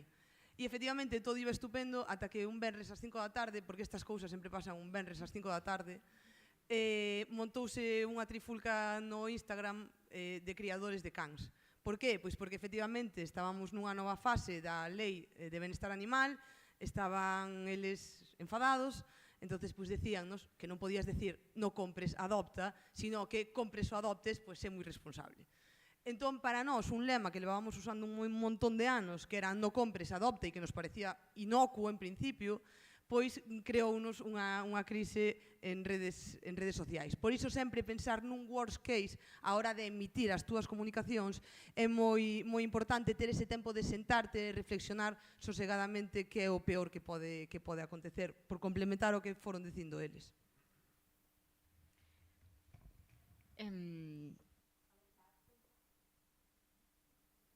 Ahora sí, ¿no? Sí. Estaba pensando antes que, claro, el sector donde yo estoy, claro, el sector farmacéutico, los tiempos no son los tiempos del ciudadano, o sea, nuestros tiempos son muy largos, ¿no? El desarrollo de una vacuna puede durar 15 años, entre otras cosas. Una de cada 1000 moléculas sale a éxito, ¿no? Entonces, bueno, en mi caso yo creo que es un poco diferente. Me estaba acordando también en la época de la pandemia, que me lo pasé muy bien. Yo no sé si ahora tendría energía para poder revivir lo que pasó, pero fue una época intensísima, ¿no? En la relación con los medios, como estaba preguntando Manuel. En ese momento yo realmente era una interlocutora porque yo tenía que coordinar lo que pasaba dentro con lo que pedían fuera. Y he de decir que mi experiencia y sigue siendo, obviamente, es que, bueno, el mundo de los medios de comunicación es tremendamente profesional. O sea, yo jamás he tenido un problema. Otra cosa es que hayan publicado cosas que a mí me gustaría, otra cosa es que la noticia o el titular, como decía también Isaac, me haya gustado o hayan jugado al clickbait. Eso pasa continuamente, pero he de decir que la relación es tremendamente profesional y después de la pandemia, 5 años atrás, a lo mejor estos chicos todavía ni estaban estudiando, yo creo que han cambiado un poco las cosas porque ya solo en el área de salud hay auténticos profesionales, incluso se han creado secciones. En realidad, bueno, yo trabajo también con otras secciones, economía, etcétera, pero solo en el área de salud y tanto medios generalistas como sectoriales, bueno, pues son tremendamente profesionales. Quería apuntar un tema porque, bueno, mi trabajo, como decía antes, es un poco holístico, ¿no? Es un poco cuidar la marca en su conjunto porque el negocio mayormente es un negocio B2B, o sea, es un negocio que está apalancadísimo en la reputación, porque si además le añadimos el sector salud y que está tremendamente regulado, bueno, pues nos deja poco margen y lo que necesitamos es tener la seguridad de que nuestra marca se ve fiable, se ve capaz, porque si no, no tenemos licencia para operar, ni con instituciones, ni con ensayos clínicos, ni con partners y demás. Entonces, gran parte de mi escucha y de mis contenidos vienen un poco de traducir lo que está pasando dentro para poder bueno, contarlo fuera, no venderlo, sino contarlo. Y otro factor particular de mi sector es que la publicidad per se está prohibida, o sea, la publicidad de productos, porque sobre todo nosotros trabajamos con vacunas y son productos de prescripción, entonces no puedes dirigirte. Y ahí, bueno, pues hay una parte más divertida porque la comunicación deja un margen abierto, ¿no? Con un poco de creatividad para poder hablar de productos sin incumplir esa ley de publicidad del sector farmacéutico. Bueno, eu vou ser escueta porque xa comentaron todos todo, pero no noso caso, por exemplo, creo que tivemos moita sorte ata agora, nunca tivemos ningún tipo de problema na relación cos medios. Neste caso, nós o que facemos é ir un pouquiño máis alá, quizás, que unha relación únicamente, estritamente profesional, porque, bueno, consideramos que ás veces é beneficioso para nós tamén ter unha relación personal cos medio. No noso caso, ademais de ter unha base de datos que seguramente que traballamos todos agora de anunciar un hito e demais da empresa, convidamos a que veñan a visitar, por exemplo, o noso obrador, que nos coñezan, que sintan o proxecto desde dentro. Creemos que ás veces é mellor ter un pouco máis alá dunha relación meramente profesional. No noso caso tamén o que solemos facer como curiosidade é que sempre vamos a anunciar ou intentar comunicar sempre antes nos medios locais como prioridade antes que nos nacionais. É unha aposta en valor polo noso, así tamén non lo devolven os propios medios, non? Cando hai calquer tipo de anuncio ou de problema, sempre nos van a poñer como prioridade como nos os poñemos a eles, basicamente. Moi ben. Bueno, non sei se alguén quere achegar algo máis neste punto. Consuelo, sí? Me gustaría cerrar tamén por unha conversación que traía Bea. Nosotros cotizamos en el BM Growth, que es el mercado alternativo. Eso también nos condiciona muchísimo la información que podemos dar al mercado. No podemos modificar las reglas del juego. Es decir, si hemos dicho que vamos a crecer o a ganar X en un plan de negocio, no podemos salirnos de ahí. Es decir, por eso nosotros también tenemos que tener mucho cuidado con nuestros portavoces internos, incluso lo que aparece en un PowerPoint que un comercial le dice a un posible cliente, o si alguien le hace una entrevista a alguien, si publicamos un artículo, tenemos que tener bien claro cuáles son nuestros mensajes corporativos. No podemos alterar ese plan de negocio, esa información publicada previamente al mercado. No podemos decir que vamos a cerrar una operación corporativa porque podría cambiar las reglas del juego, ¿no? Esa información privilegiada. O no podemos decir que al final vamos a ganar un 10% más, porque claro, estamos también modificando el valor de la acción. Entonces también eso es una labor muy importante dentro que tenemos los departamentos de comunicación, de decir, estas son las cifras que podemos dar y es lo único que podemos decir. No podemos dar información que modifique las reglas del juego, ¿no? Y me parecía también Bueno, importante señalarlo que también estamos condicionados a qué podemos decir, qué no. Bueno, pues estamos acotados siempre por ese momento, ¿no? Bueno, desde logo que están xurdindo ideas moi interesantes, eu creo que nos podemos quedar con conceptos e ideas como a de rigor, tamén o tema, bueno, pois da necesidade e capacidade de estar preparados para diversas crises, e, bueno, dun contexto, pois, moi rigoroso o que hai que responder de maneira axeitada, non? Agora quería mover a conversa cara a algo bastante relacionado tamén e que, bueno, xa permeou un pouco en todas estas intervencións, pero, bueno, falábamos antes na quenda das axencias de que estamos, pois, nun contexto moi convulso, moi cambiante, líquido, como lle queiramos chamar, donde os propios conceptos, pois, están mudando moito. Quería preguntarvos respecto a asuntos que son agora absolutamente transversais. Falouse tamén da inteligencia artificial, tamén dos problemas de desinformación, da precisión ou non precisión de moitas mensaxes. Quería preguntarvos un pouco que boas prácticas, que iniciativas, como afrontades vos todas estas situacións neste contexto pois tan cambiante, non? Pois como vos estades preparando eso ante o reto da inteligencia artificial, ante a avalancha de información pois que circula todos os días pola rede. Non sei que podedes achegar neste aspecto sobre o caso particular, non, de cada unha das vosas empresas.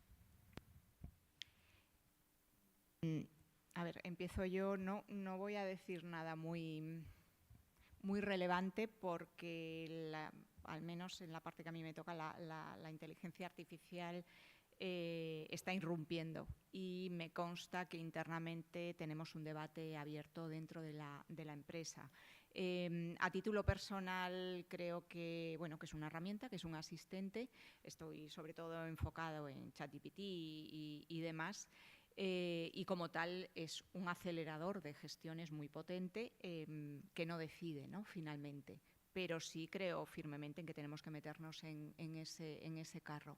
Sin embargo, en el sector farmacéutico, a otro nivel mucho más grande y más potente, bueno, pues abre una ventana muy interesante porque bueno, pues acelera ciertos procesos regulatorios, ciertos procesos clínicos, o puede acelerarlos. Y bueno, puede ser muy interesante para el desarrollo precoz de fármacos, para saltarse algunas de las fases protocolarias, siempre que la regulación lo permita. Y ahí nosotros estamos en Europa y Europa es bueno, bastante conservadora en este respecto. Entonces hay otro debate y de hecho la industria farmacéutica está también metido ahí. Porque realmente la gestión puede ir más rápido de lo que la regulación lo permite. Pero a nivel empresa, a nivel gestión laboral, no sé qué van a contar el resto de mis compañeros, pero en nuestro caso apenas he mencionado muy de soslayo una indicación para presentaciones científicas. Es todo lo que tenemos acordado, no porque no dediquemos recursos, no porque no pensemos, sino porque no vemos clara una estrategia firme como política. Incluso en la Asociación Nacional de Informadores de la Salud, en la que participo, ese debate sigue abierto y lo que se está haciendo mayormente es intentar volcarse en la formación, que la gente tenga formación a este respecto, porque yo creo que todavía lo estamos viendo emerger. Antes decían en la otra mesa que va a ser una revolución. Yo estoy segura que el año que viene ya va a haber otras reglas del juego y que esto está realmente pasando muy, muy rápido. Ben, pois no noso caso tamén hai un debate interno na nosa empresa. De feito, bueno, nos ata agora sí que utilizamos de forma puntual, pero o vindeiro martes temos unha formación de IA, entón vamos ver que nos atopamos. Sí que creo que é urxente poñerse as pilas con este tema, pero tamén teño que decir, e isto é a título persoal, que, por exemplo, se en Daveiga estamos todos de acordo en que queremos manter, por exemplo, un proceso que sexa semi-artesanal e non automatizar todo para xerar emprego ca xente, con isto para min é un símil e pasa o mesmo. Sí me parece unha ferramenta útil, sí creo que deberíamos todos de formarnos e apoiarnos en ela, pero nunca que sustitúa pois, a man de obra humana. Entón, bueno, no noso caso, como vos digo, sí que utilizamos, de feito, en todas as áreas para tratar de automatizar procesos, axilizalos, sí que nos apoiamos nela, pero, bueno, queda aí un pouco o debate aberto porque creo que, dependendo de con quen fales dentro da miña empresa, pois ten opinións diferentes. Pero o que sí que creo é que é un reto, bueno, do futuro e que xa está aquí.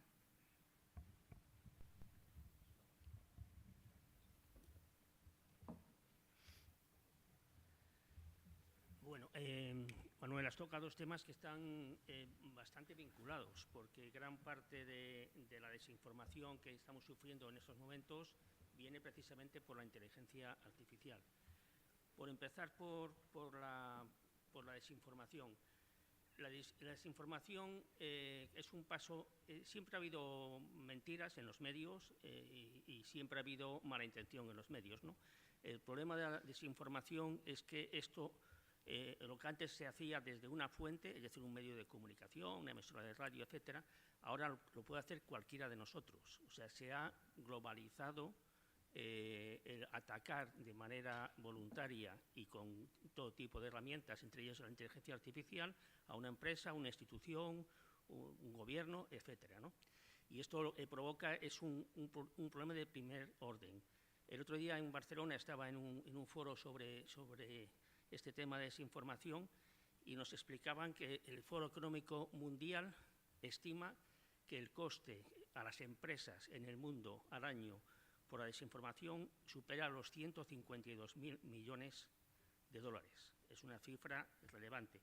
De hecho, este mismo foro, entre los riesgos globales clasificados por gravedad a corto plazo, es decir, a 2 años, el primero ya tiene a la desinformación. Y después le siguen, para que os hagáis una idea, riesgos como fenómenos meteorológicos extremos, conflictos armados, etcétera. El primero ya es la desinformación.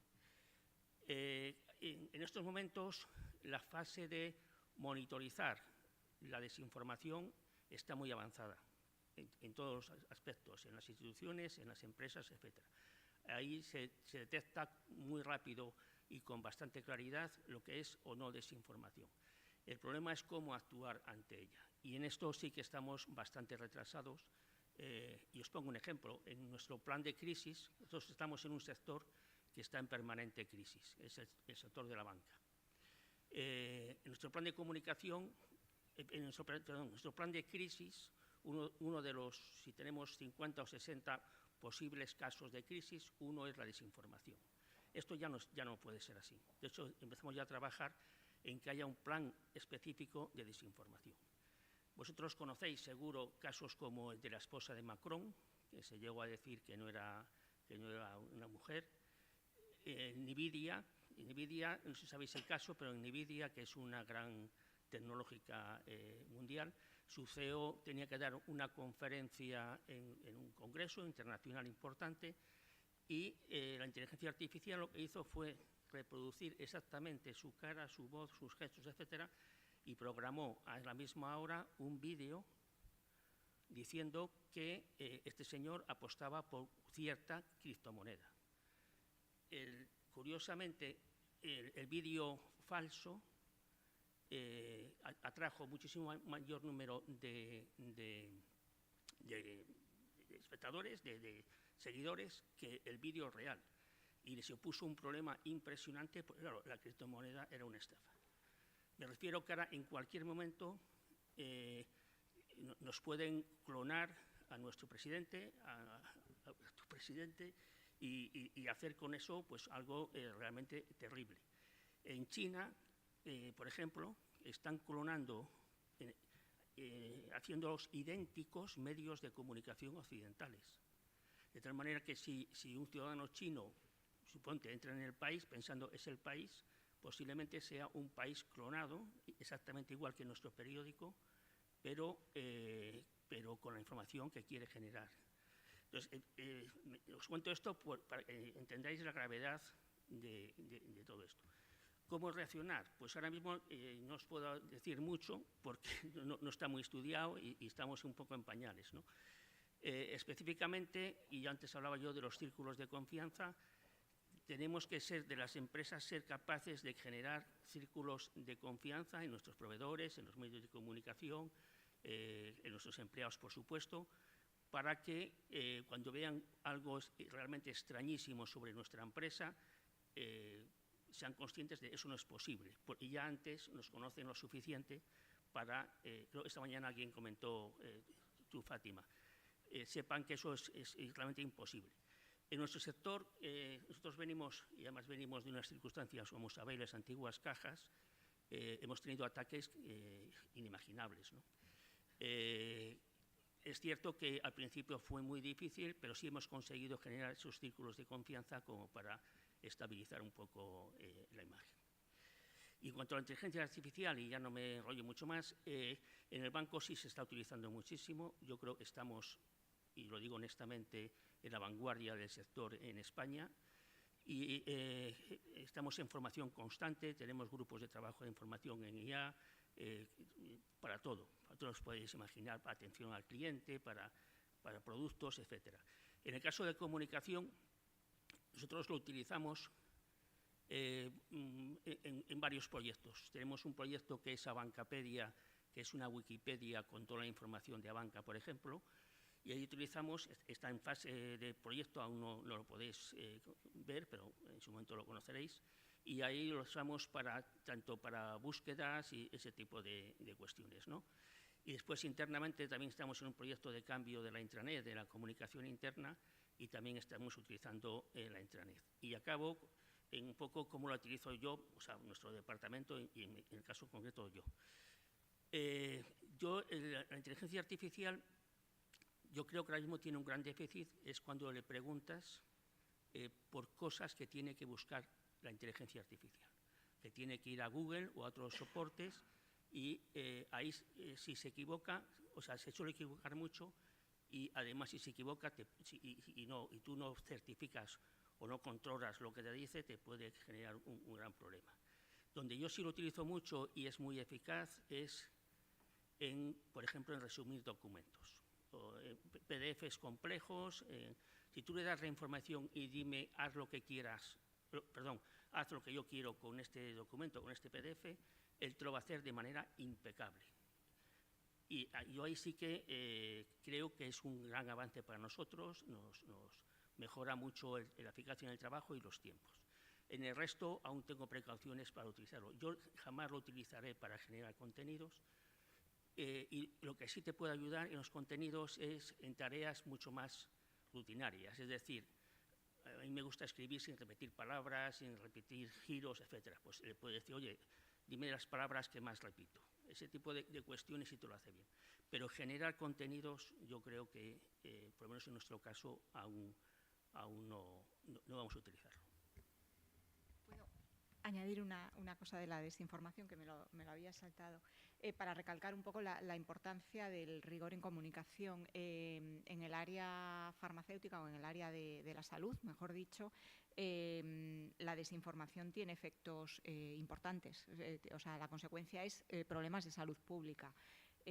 Bueno, ya sin hablar del tema de los antivacunas, tienen efectos económicos, ahora lo estamos viendo en los medios, como en salud animal, la gripe aviar, bueno, pues tiene consecuencias económicas directas tanto para los humanos como para las explotaciones, y es un tema importantísimo, porque bueno, parte de nuestro trabajo también es crear un poco cultura científica, ¿no? Poder ayudar a que puedan discernir al otro lado. Ahora ya tenemos el interlocutor de la sociedad, que antes no estaba incorporado a nuestros intermediarios directos, y yo creo que es una responsabilidad también desde las empresas que nos dedicamos al mundo de la salud, porque realmente la desinformación, ya os digo, o sea, está considerada como un problema de salud pública. De nada sirve la mejor vacuna del mundo si no hay alrededor la información relevante para que esa vacuna llegue a aplicarse. Y de hecho, en nuestro sector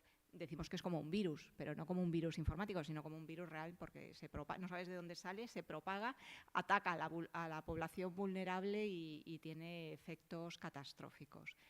Con lo cual, bueno, el rigor creo que es otro mensaje para llevarse.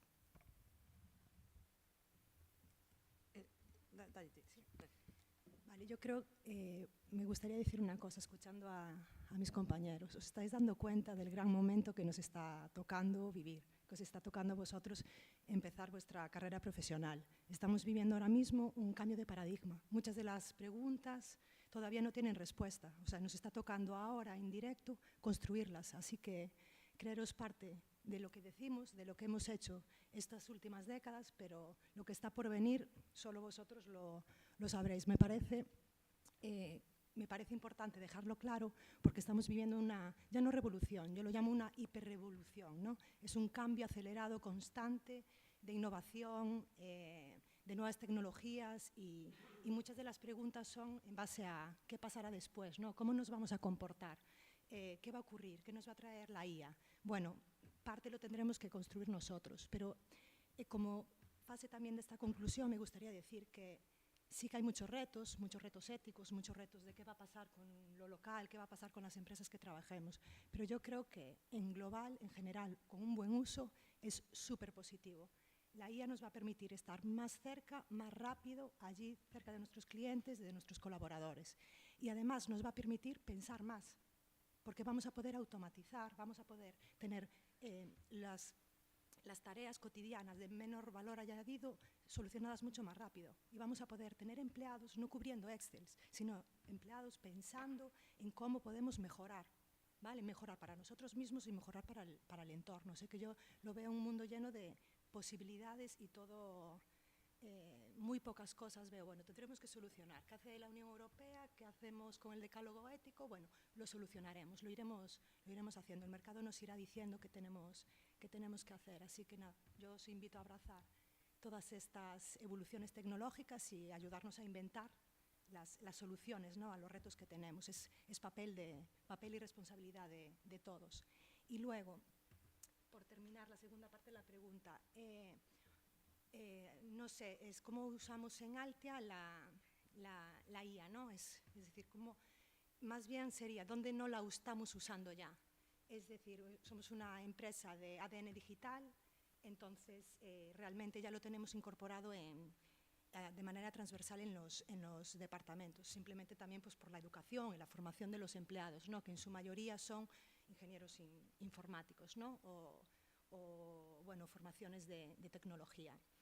Lo aplicamos, desde la entrega del producto, desarrollo de código, porque al final la programación era uno de los sectores pues, como más de manufactura. Realmente había que codificar todavía con ceros y unos. Muchas veces no es como una contradicción, pero es así, ¿no? Y la IA y otros sistemas de low code y demás nos permiten acelerar esa entrega de productos en el mercado, ¿no? Eso por un lado. Y luego, por otro lado, también como funcionamiento, automatización de tareas, acceso a información, etc. Una cosa que sí que tenemos claro es que la información que damos a la inteligencia artificial y la que usamos tiene que ser en un entorno controlado y seguro. No podemos preguntarle cosas de nuestra compañía, nuestras capacidades o solvencia tecnológica fuera. Vale, tenemos que hacerlo en un entorno, un data center controlado, con asistente interno controlado, que beba de información fiable. Ahí es donde yo creo que hay uno de los principales gaps, ¿no? Cuando la IA bebe de información y fuentes no fiables. Pero bueno, yo creo que la evolución todo se andará y sabrá también determinar lo que es verdad y lo que es mentira. Así que dejemos un poco funcionar aí la evolución. Antes, cando falabas, estábame rindo un pouco internamente, porque non sabes a cantidade de preguntas que chegan a atención ao cliente de se vacinamos as vacas. Porque despois iso vai acabar no leite e autismo, sabes? O sea, a mí pareceme cuestións realmente alarmantes. De cara ás persoas que ides traballar no mundo da comunicación, pois eu creo un pouco o que di Consuelo. eu creo que veñen tempos moi interesantes, porque eu creo que tamén o fenómeno da desinformación, ademais de sustentarse en cuestións como a inteligencia artificial, tamén se sustentan pois nese scroll compulsivo que temos de consumo de contidos e de consumo de información, porque ao final a sobreinformación non deixa de ser tamén desinformación.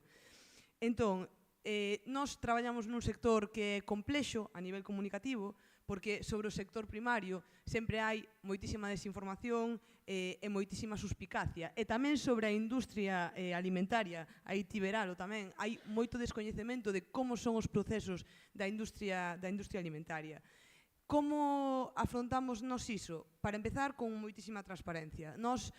As nosas redes sociais non son unhas redes sociais do noso produto, son un diario da nosa granxa. Nos contamos día a día o que facemos. E logo somos unha granxa de portas abertas. O ano pasado visitaronnos 13.000 persoas. Entón, para nós, esa posibilidade de autenticidade, de realismo, é moi importante para combater todo ese tipo de desinformacións, non? Porque non hai nada como explicar as cousas onde ocorren. Logo tamén, desafortunadamente, creo que estamos nun momento de moita polarización e iso transmítese tamén, por suposto, á comunicación, non? Triunfan moito máis eses contidos que se fan desde unha óptica de comunicación así trampista, non? De dicir así, a ver quen di a burricallada máis grande. Entón, pois iso parece que é o que desafortunadamente funciona en vez dunha comunicación máis sosegada, máis constructiva e que realmente aporte algo ao estado do benestar, non? Isto como unha reflexión un pouco máis macro. Que vos diría eu? Pois eu creo que fronte á desinformación, información e pedagogía. E iso non é algo que teñan que facer só os xornalistas, sino que é algo que tamén as marcas teñen que facer como unha cuestión casi de responsabilidade social corporativa. É dicir, apostar polo estado do benestar desde unha información responsable é unha cuestión que ningunha empresa debe de deixar de lado. E eu creo que as persoas que estamos a fronte dos equipos de comunicación temos que ter iso casi interiorizado como unha tarefa propia tan relevante como calquera outra. Outro punto no que eu vexo moito que acontece este tema da desinformación é no tema do greenwashing, non? Ou do ecopostureo. Eu cando vexo a grandes multinacionais que contaminan moitísimo vestir de verde os seus envases e vendercho de plant-based, é que me teño que rir, pero realmente é difícil contraatacalo porque, por exemplo, un proxecto ecolóxico pequeno como o noso, non? Realmente ten que enfrontarse esas grandísimas corporacións que teñen uns departamentos xigantes e contan con todo o apoio de axencias que necesiten.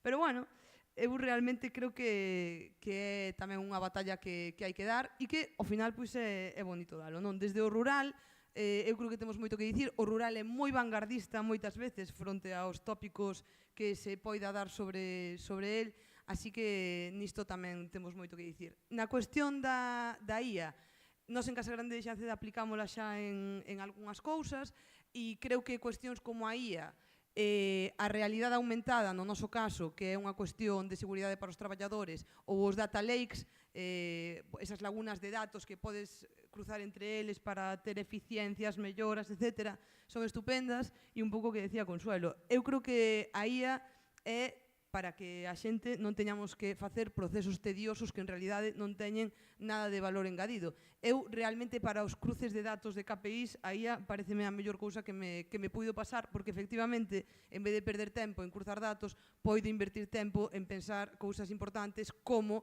por onde me pode explotar unha campaña, indo un pouco de antes.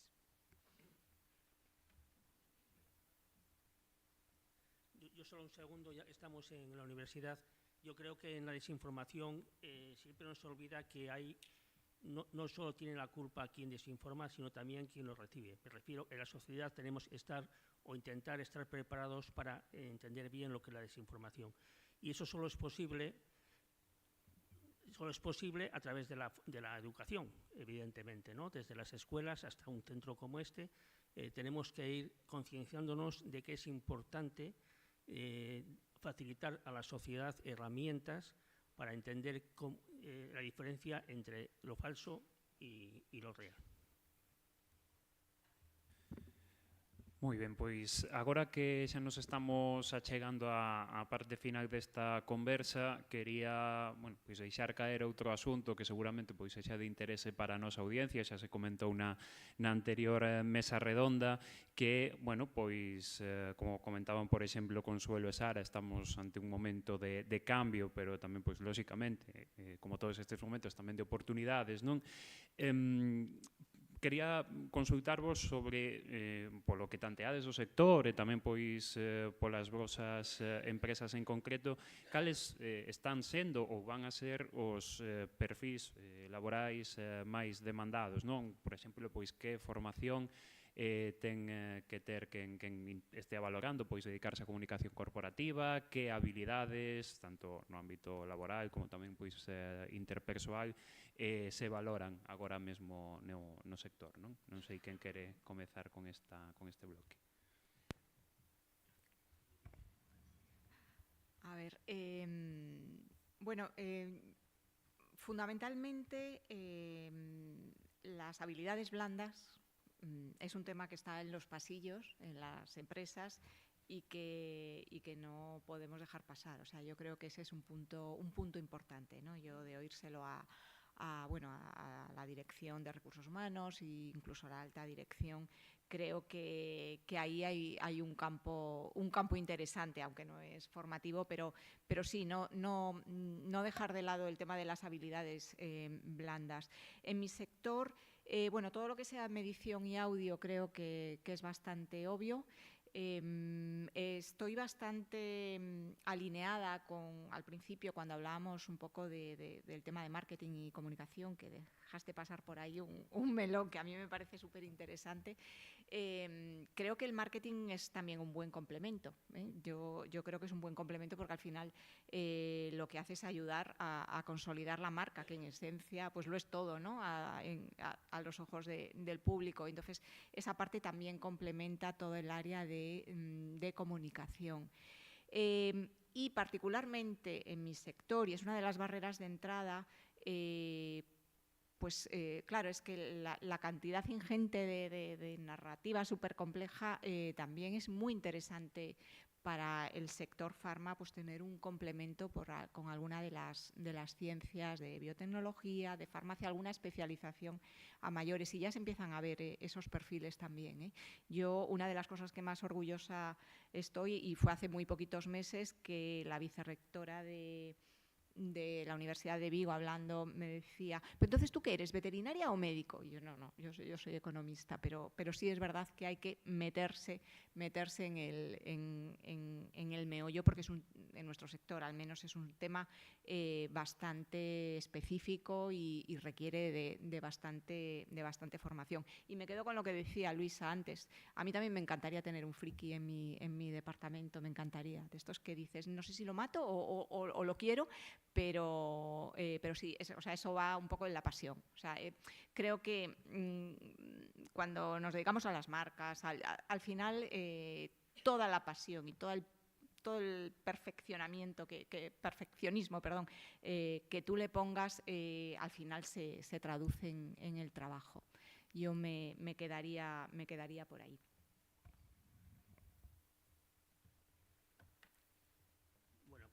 Aportar un poquito más, aunque lo explicaste muy bien. Yo creo que en nuestros gabinetes hay como dos perfiles, ¿no? Hay perfiles muy técnicos para hacer seguimiento, por ejemplo, ese tipo de cosas, redes sociales, etcétera. Y hay perfiles más de comunicación, más periodísticos, ¿no? Yo he sido muchos años periodista antes que pasarme al lado oscuro, al lado de la empresa.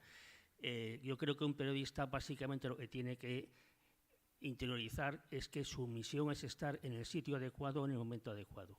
Eso es la clave de un periodista. Y eso se puede hacer en los medios de comunicación, en las empresas, en la administración, donde estés. Pero esa pulsación, esa forma de ver la vida es muy importante para los que nos dedicamos a la comunicación con una visión de periodismo. También hay que tener un punto de ambición. Hay que tener un punto de superarse en la vida, de superar, no me refiero a la económica, ni siquiera a la del organigrama, yo me refiero a la pulsión por por viajar, por conocer, por entender, por conocer personas, por mejorar. Yo creo que eso es la parte blanda y son esenciales para nuestro trabajo.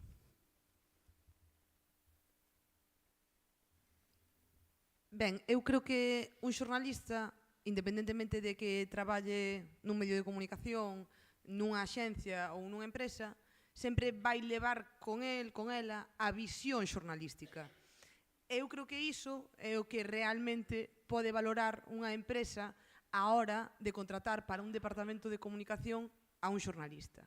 Entón, eu creo que calquera empresa pode valorar un perfil así por unha banda, porque é capaz de artellar o branding, o storytelling da marca, por outra banda, porque sabe como relacionarse cos medios, sabe como enfocar a comunicación que vai sair desa marca, tamén porque pode detectar antes que calquera outro perfil unha crise ou un conato de crise, e logo porque é capaz de ter unha visión multidisciplinar do lugar no que está traballando. A min hai pouco preguntaronme se era a veterinaria de Casagrande de Xanceda. E aí tamén era un pouco o que dicía precisamente Consuelo ao principio, de que eu creo que tamén o xornalista, pola súa formación, é capaz de empaparse de todas as partes da empresa das que necesita obter información para que todo o proceso comunicativo, todo o proceso de marketing, todo o proceso de responsabilidade social teña que ver coa misión, coa visión e cos valores da marca. E tamén, xa que agora estábamos falando de desinformación, creo que ter un perfil dun xornalista é moi interesante porque precisamente é capaz de artellar un discurso que combata todos eses bulos, todas esas fake news que poden vir contra a marca. Neste aspecto, eu o que vos diría é que non todos temos que ser Truman Capote, é que hai moita vida máis alá dos medios de comunicación. Así que eu anímovos a explorala e a ver a vosa carreira con optimismo, que a veces fustigámonos moito e eu creo que non hai necesidade. Por finalizar, yo creo que es hora ya de decirles también realmente lo que ocurre en los departamentos de marketing. O sea, las capacidades profesionales, lo que podéis aprender, ninguna duda. Grandes periodistas, grandes diseñadores, grandes creadores de contenido, pero realmente lo que creo que tenemos que contarles es que tenemos que ser profesionales, que sepamos vivir dentro de un cierto caos y dentro de una cierta incertidumbre, porque la comunicación y el marketing cambia continuamente. Tenemos un magnífico plan de marketing que preparamos anualmente. En enero se vende algo que no esperábamos que se vendiera, se integra una compañía, hay una crisis geopolítica, viene una pandemia, ganamos menos dinero en el primer trimestre de lo que esperábamos, cosas que ocurren. Entonces, al final, te tienes que adaptar. Entonces, realmente, lo que se necesita de un profesional que trabaja en comunicación es que sea capaz de adaptarse rápidamente a los cambios y ver las soluciones continuamente. Es decir, tenemos un plan, tenemos un posicionamiento, una estrategia de comunicación súper clara, pero al final hay que llegar, tomar una decisión y cada día es una decisión diferente y un reto diferente. Y lo siento, pero la mayor parte de las veces no está planificado. Entonces, al final, tenemos que ser gente, ¿no?, con capacidad de asumir que cierto desorden, ¿no? Creo que tamén lo hai que decir. Bueno, e estudiar mucho e aprender mucho. Eu creo que nese aspecto, Consuelo, é importante ter planificado todo o que poidas planificar para saber que... sobrevivir a la desplanificación. Efectivamente, sí. Nada, suscribo todo o que din os meus compañeros e compañeiras, evidentemente. A min, como curiosidade, na entrevista que fixen para Da Veiga, cando entrei, cando explicaronme o que era o proxecto empresarial en sí, o que facían, e o que querían conseguir de min, simplemente fixeronme unha pregunta que, sintes estes valores, concordas con o que facemos, pensas igual? Porque está moi ben todo o que estades a decir, de feito, o currículo dunha persoa de marketing e comunicación require bastantes habilidades e competencias, de feito, digitais. Últimamente temos que ser un pouco todoterreno e saber un pouco de todo, pero creo que, non sei se falaban as chicas antes das axencias, de que me parece interesante recordade que tamén vos podedes elexir.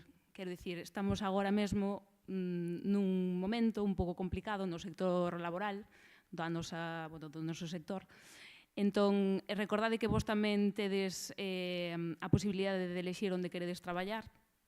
Eso, o tema, por exemplo, de concordar cos valores onde ides a traballar, que non só os ubiquedes en traballar en medios de comunicación, que tedes as portas abertas a traballar tamén nas empresas.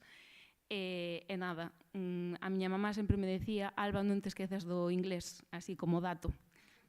Así que nada.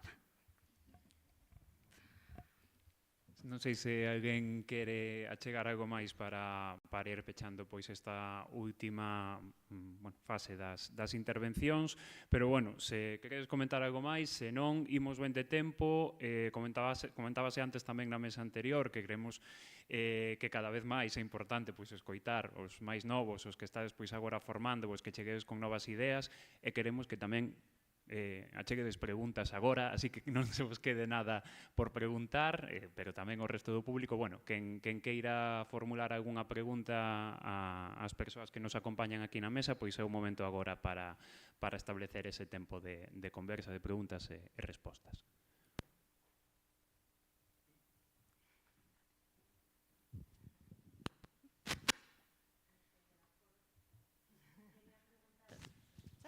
Hola.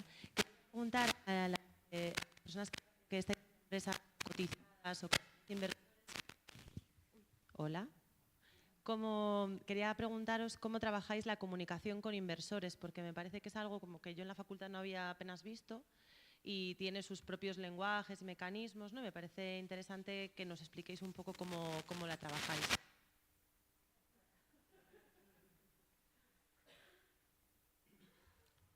Nosotros tenemos un departamento concreto dedicado a la comunicación con inversores. Básicamente en la presentación de resultados se hace una presentación a medios de comunicación y ellos hacen su comunicación directa a los inversores.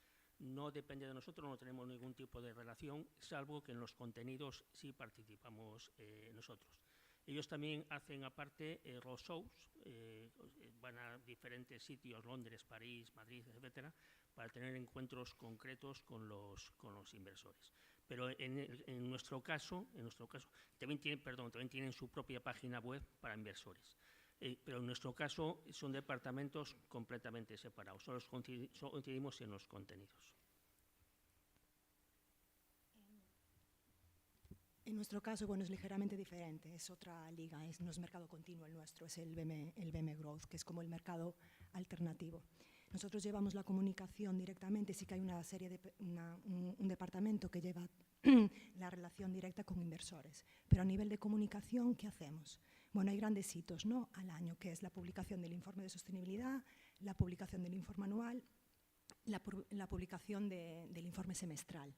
Y luego puede ser que ocurra también algún hito comunicativo pues, que modifique el valor real de la compañía, por ejemplo, una adquisición, una incorporación de una nueva unidad de negocio, etc. ¿Cómo lo hacemos? Bueno, el departamento de comunicación tiene que ser gente realmente próxima al comité de dirección y de confianza, porque es información que se va a delegar, que se va a dar a un equipo de personas que realmente no debieran tener esa información, porque pueden manipular, bueno, pues, el mercado. Entonces, al final es eso, es un equipo de confianza, tienes información, la tratas y la publicas. Y ahí se nos supone un reto, es decir, tú no le puedes publicar antes internamente la noticia a la gente. El mercado es el primero que se tiene que enterar, el inversor. Y eso es un reto a nivel de comunicación interna, porque probablemente un empleado se entere por la Voz de Galicia o por El País que su compañía ha sido comprada y que igual su departamento va a dejar de existir. Y eso es algo que puede ocurrir, que ocurre y que no podemos manejar, porque tú no puedes quedar antes con la gente para comunicárselo. Eso es uno de los grandes retos. Entonces, lo que se intenta hacer es hacerlo a la vez, pero siempre va a haber ahí un gap que no podamos manejar. Y es uno de los grandes retos que tenemos. Luego, internamente, ¿cómo lo hacemos? A la publicación del hito se publica y todo el mundo, o sea, sale publicado el informe anual y el hito queda publicado. En ese momento se lanza un comunicado interno y una presentación interna de resultados. Y entonces a la gente que es portavoz de la compañía se le explica, se le facilita una guía y se le dice las nuevas cifras públicas que tenemos son estas. Y luego también en el portal interno se dice esta es la guía de comunicación. Ahora podemos decir que esta es nuestra nueva realidad, ¿vale? Y la gente cuando lo comunica tiene el deber de leérselo, de entenderlo y de adaptar su mensaje. Es muy interesante este juego, ¿no? De apertura de mercado, cierre de mercado, publico el informe, el hecho relevante.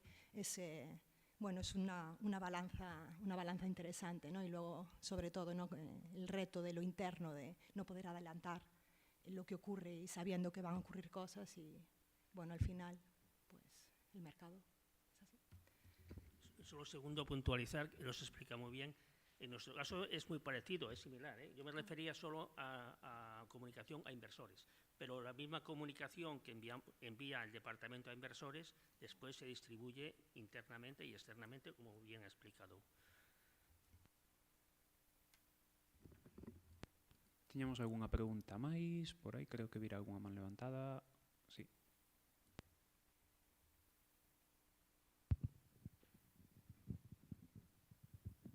Bueno, buenos días a todos, a todas. Más que una pregunta, es una reflexión, un agradecimiento a todos los implicados en esta jornada, que yo la he disfrutado mucho personalmente. Está bien poder salir del agujero, como salisteis vosotros, los que venimos también a escucharos, salir del agujero del día a día y poder escuchar otras voces de gente que trabaja en este sector desde distintas perspectivas, tanto desde el ámbito de lo público como de lo privado, ¿no? Que es un poco lo que ha cubierto toda esta jornada. Yo cuando vengo a la facultad me pongo muy romántico porque me gusta mucho recordar todos esos años que disfrutamos aquí. Y bueno, creo que es muy importante también ser conscientes de que cuando hacemos comunicación en una organización, no solo tenemos una oportunidad laboral, sino también tenemos un compromiso que se ha recordado en estas mesas, un compromiso como periodistas, ¿no? En lo que comunicamos y cómo lo comunicamos. Se ha hablado mucho de responsabilidad social, se ha hablado mucho también de las limitaciones que puede haber en cuanto a los diferentes intereses a lo mejor de la empresa o de la institución y lo que le conviene digamos, al público escuchar.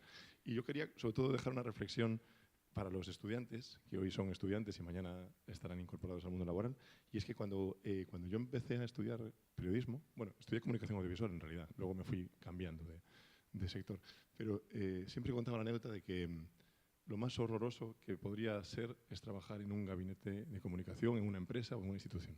Yo no lo quería eso para nada. Dije, eso debe ser lo más aburrido del mundo. Bueno, hoy ha habido muchas personas aquí que han contado su experiencia. Yo llevo 13 años trabajando en un departamento de comunicación, una unidad de comunicación de un centro de investigación. Estoy muy feliz.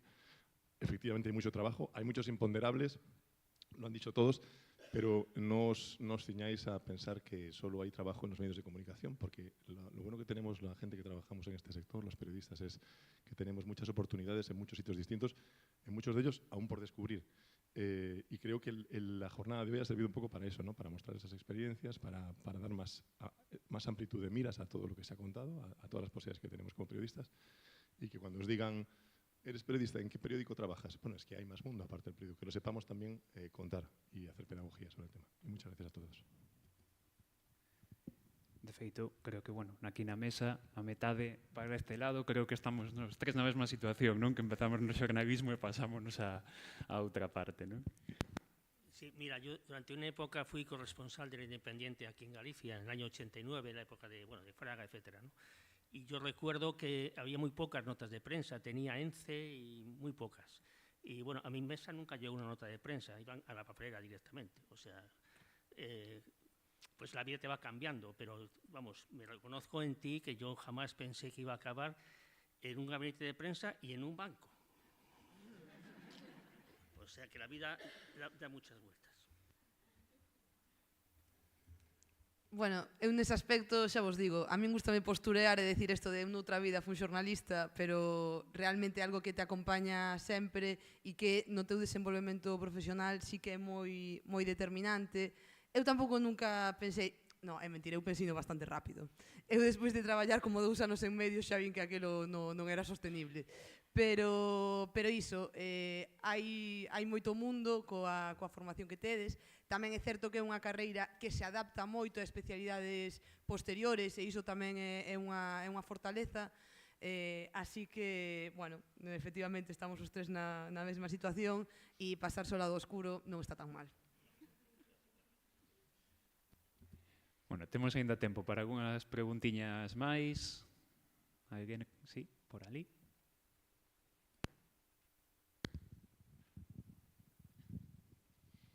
estáis animando a los chicos a pertenecer al mundo de la comunicación corporativa. Yo también estudié periodismo, estoy desde hace muchos años como responsable de comunicación. En la primera mesa nos decían las chicas que era muy importante que las empresas hubiera un contacto de comunicación, del área de comunicación, sea empresa pequeña o grande. Yo estoy en un sector en el que la mayoría de los responsables de comunicación son técnicos. Es el sector de seguros y normalmente yo veo todos los días el nombramiento responsable de comunicación, licenciado en ADE, licenciado en Derecho. Es muy raro encontrar responsables de comunicación de empresas grandes que vengan del mundo de la comunicación. ¿Vosotros qué consideráis? ¿Que es más importante ese perfil técnico en las empresas o ese perfil de comunicación? Eu creo que se unha empresa é ambiciosa debería contar cos dous perfis, ou que tamén depende como queira orientar a súa comunicación e cal vai a ser a súa estrategia comunicativa. Tamén creo que tradicionalmente hai unha certa responsabilidade do sector de non ter orientado máis perfis cara aí. Non, eu creo que, é dicir, eu acollo con moita alegría estas xornadas porque creo que tradicionalmente non se vinculan as figuras do xornalismo ou de audiovisuais ou incluso da publicidade con ese tipo de responsabilidades, pero realmente creo que sí que son formacións moi válidas para iso. Creo que iso ten que ver un pouco tamén coa estrategia que queira seguir a empresa, pero que se fose unha empresa ambiciosa debería contar cos dous perfis.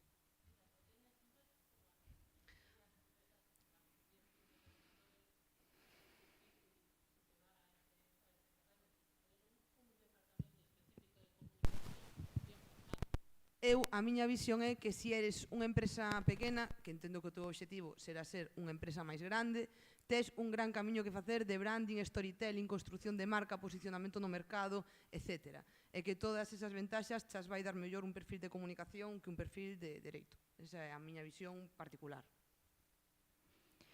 Bueno, yo ahí soy más flexible, por crear un poco de polémica.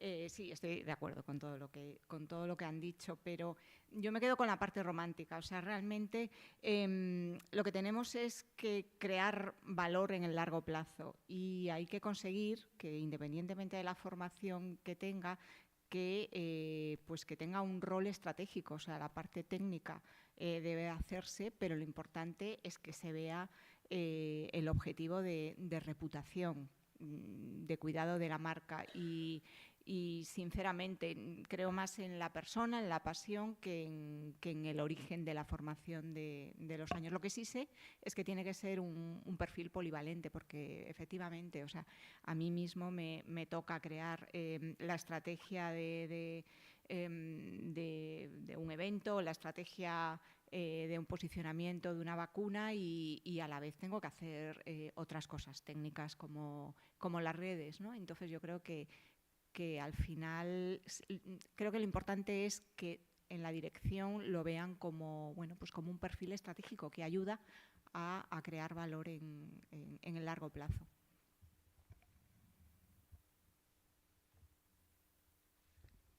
Bueno, yo creo que lo dije al principio, en mi departamento hay como dos áreas, uno es contenido y otro es el resto, ¿no? Yo creo que para contenido es imprescindible que tenga una experiencia, no solo que sea periodista de formación, sino que tenga una experiencia previa en los medios de comunicación. El tiempo que sea, pero yo creo que es imprescindible. Y después, os lo digo por mi experiencia, a mí el lado oscuro me ha permitido, lo que a mí me gusta quizá en mi vida es viajar, me ha permitido viajar muchísimo. Es decir, tú puedes tener una vida muy plena, muy rica, trabajando también en un gabinete de prensa. Y en el fondo pensar que las empresas siempre necesitan a alguien que no sea excesivamente corporativo, que tenga pensamiento propio, es decir, los que no somos muy corporativos, los que no somos...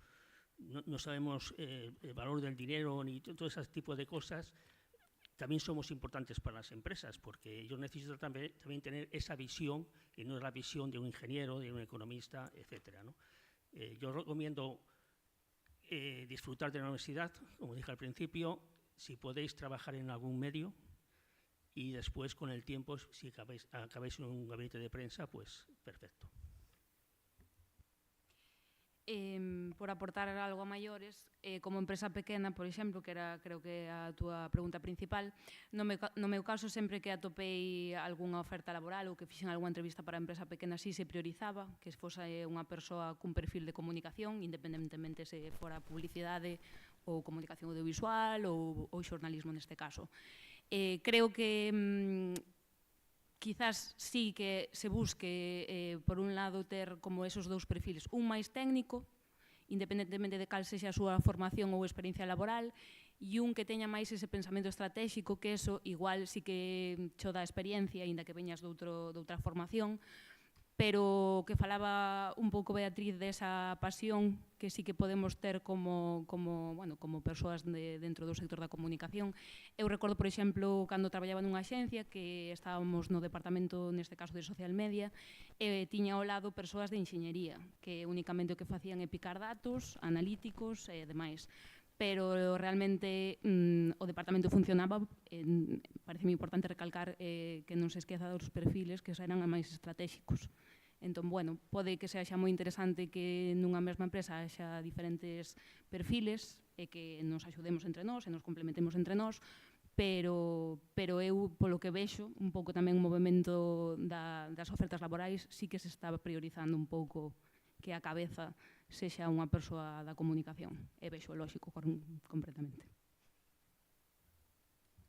Un pouco por acompañar tamén la idea que acaba de comentar Alba. No es mi sensación, al menos en el mundo, en consultoría tecnológica que yo me muevo y demás, yo creo que al final la gente de comunicación sí que es gente con una cierta sensibilidad hacia la comunicación, aunque no haya estudiado específicamente la carrera, sí que lo veo más como una parte más estratégica.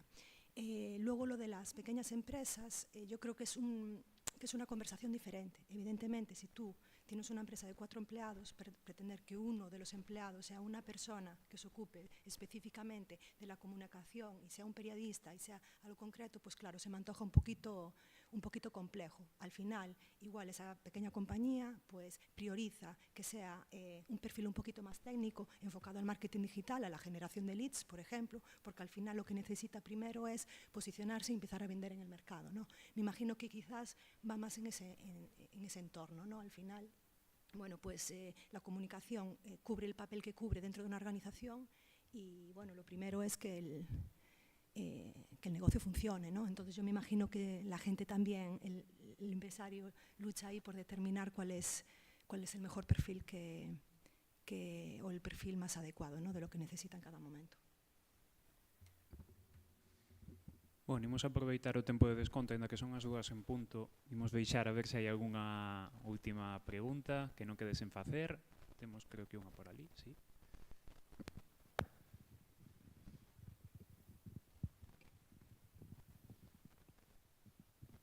Bos días. Aproveitando que estamos aquí moitos estudantes que dentro dun par de anos estaremos dentro do mundo laboral, quería preguntarlle sobre todo ás persoas que antes pertenecían ao lado do xornalismo, non do lado bo e non do lado oscuro.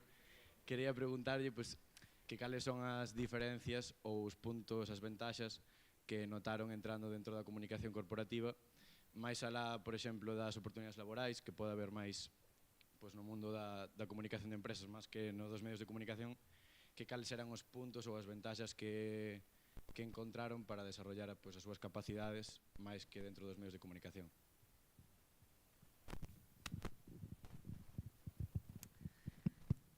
Bueno, para empezar, supoño que moitos dos que estades aquí estades estudando xornalismo por vocación, como adoita facer bastante xente. Nese aspecto, cando te pasas ao lado oscuro, sempre botas de menos un pouco a outra parte, non? Eu teño, comentaba yo antes a Manuel, unha compañeira que é unha firma bastante reputada en Faro de Vigo, que é Carolina Sertal. Outro día eu estaba xantando con ela e contábame tal, leolle moitas pezas e dis, esta parte non era moi enriquecedora, boto a de menos, non? Evidentemente.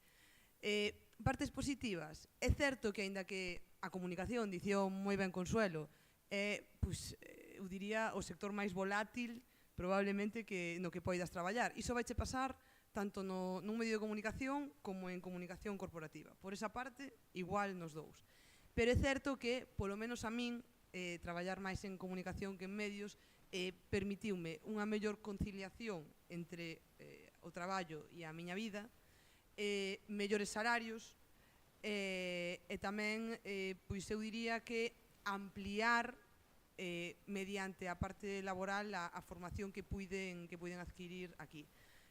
Independentemente de que te vayas a un lado ou a outro, que sexas Darth Vader ou Luke Skywalker, eu creo que sempre vas botar algo en menos de falta do outro lado. Pero a vida en sí, eu creo que é sempre así, non? Hai determinadas decisións que che van permitir mellorar nunhas cousas e empeorarás ou botarás de menos outras. Se eu tuvera que volver a traballar nun medio de comunicación, pois non sei, habería que velo.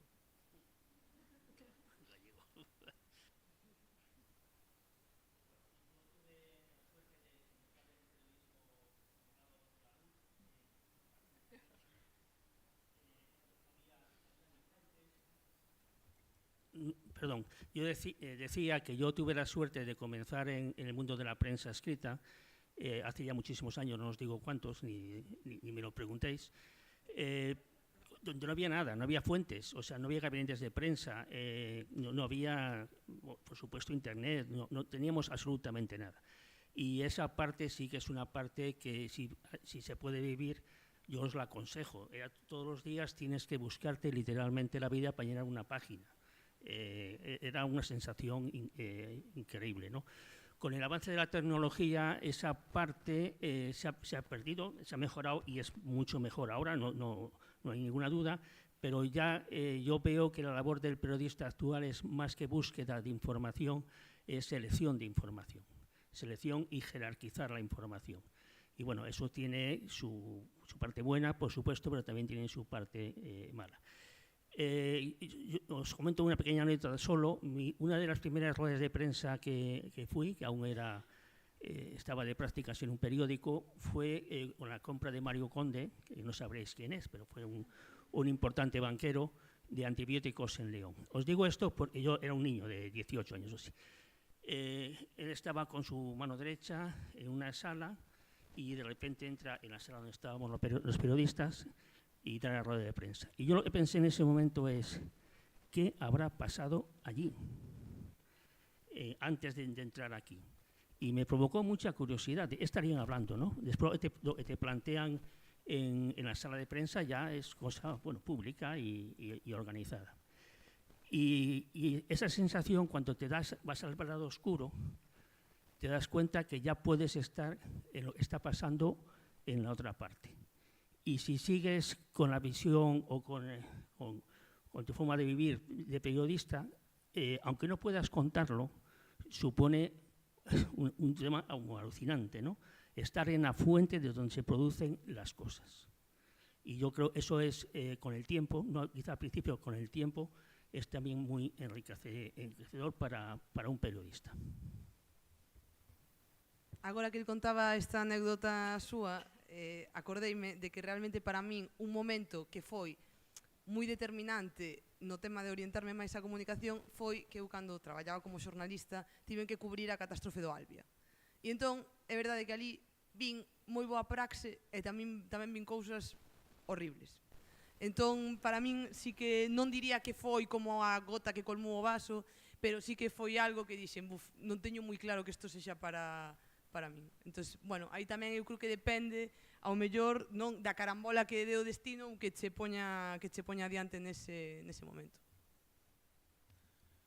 Bueno, non sei se temos algunha pregunta máis para pechar ou se non, se tamén vos queredes facer algunha achega respecto a esa relación, non? Pois que tedes con medios e con xente do outro lado e como ese background pode contribuir tamén.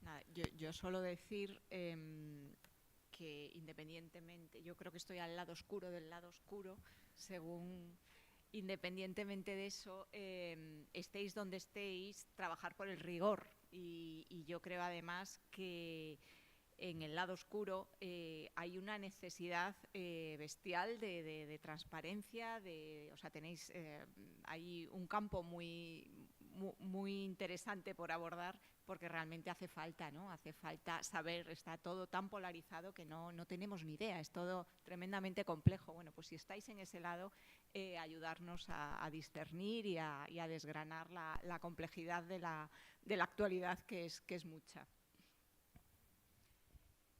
Eu só quero dicir e defender que non é tan lado oscuro que estades pintando todos e todas como... No. Supoño que vos gusta o xornalismo e a comunicación porque vos gusta contar o que está pasando no mundo e estar aí, non?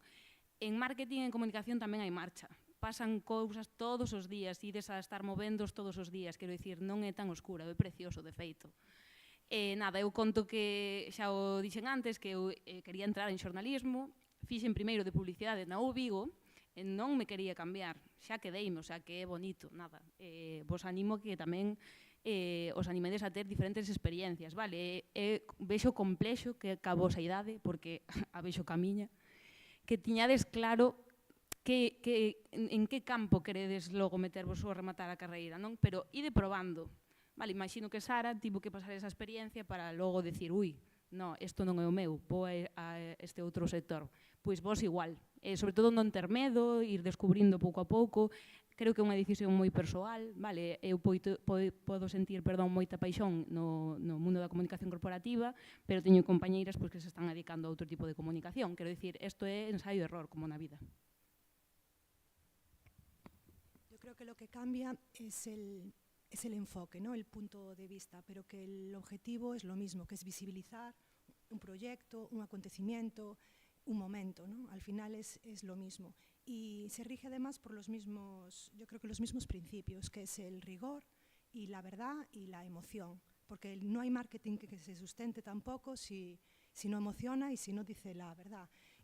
Podrás convencer a 2, 3 días, pero ningún proyecto se sustenta en otro principio a medio y a largo plazo. Porque al final el que lee, el que escucha, el que capta toda la información siempre es mucho más inteligente que el que está al otro lado. Así que al final todo es la misma rueda, lo que cambia es desde dónde, ¿no? Eu só quero facer unha matización. Eu falaba do lado escuro porque en verdade os villanos moran moito máis que os heróis. Aí o deixo. Bueno, a verdade é que esta última reflexión tamén, estas últimas reflexións nos axudaron moito a coñecer mellor, non? Este sector e a complexidade, non? Eu, bueno, se me permitides a licencia, tamén como persoa que fixe un pouco esa transición, eu creo que as ideas que xurdiron dan conta de que é necesario pois ter esa amplitude de campo máis grande posible, ver que a sociedade é moito máis complexa do que ás veces nestes contextos de polarización e demais, pois nos queren facer ver, e bueno, pois que todo enriquece, que nada, que agardo que esta xornada pois poida servir de inspiración para o vosso futuro. Nada máis, moitas grazas Beatriz, Isaac, Consuelo, Alba, Sara polo voso tempo e as vosas contribucións. Nada máis, lembrade que a xornada queda a vosa disposición na canle de YouTube do Colexio de Xornalistas, e nada, así pechamos esta interesante xornada. Moitas grazas.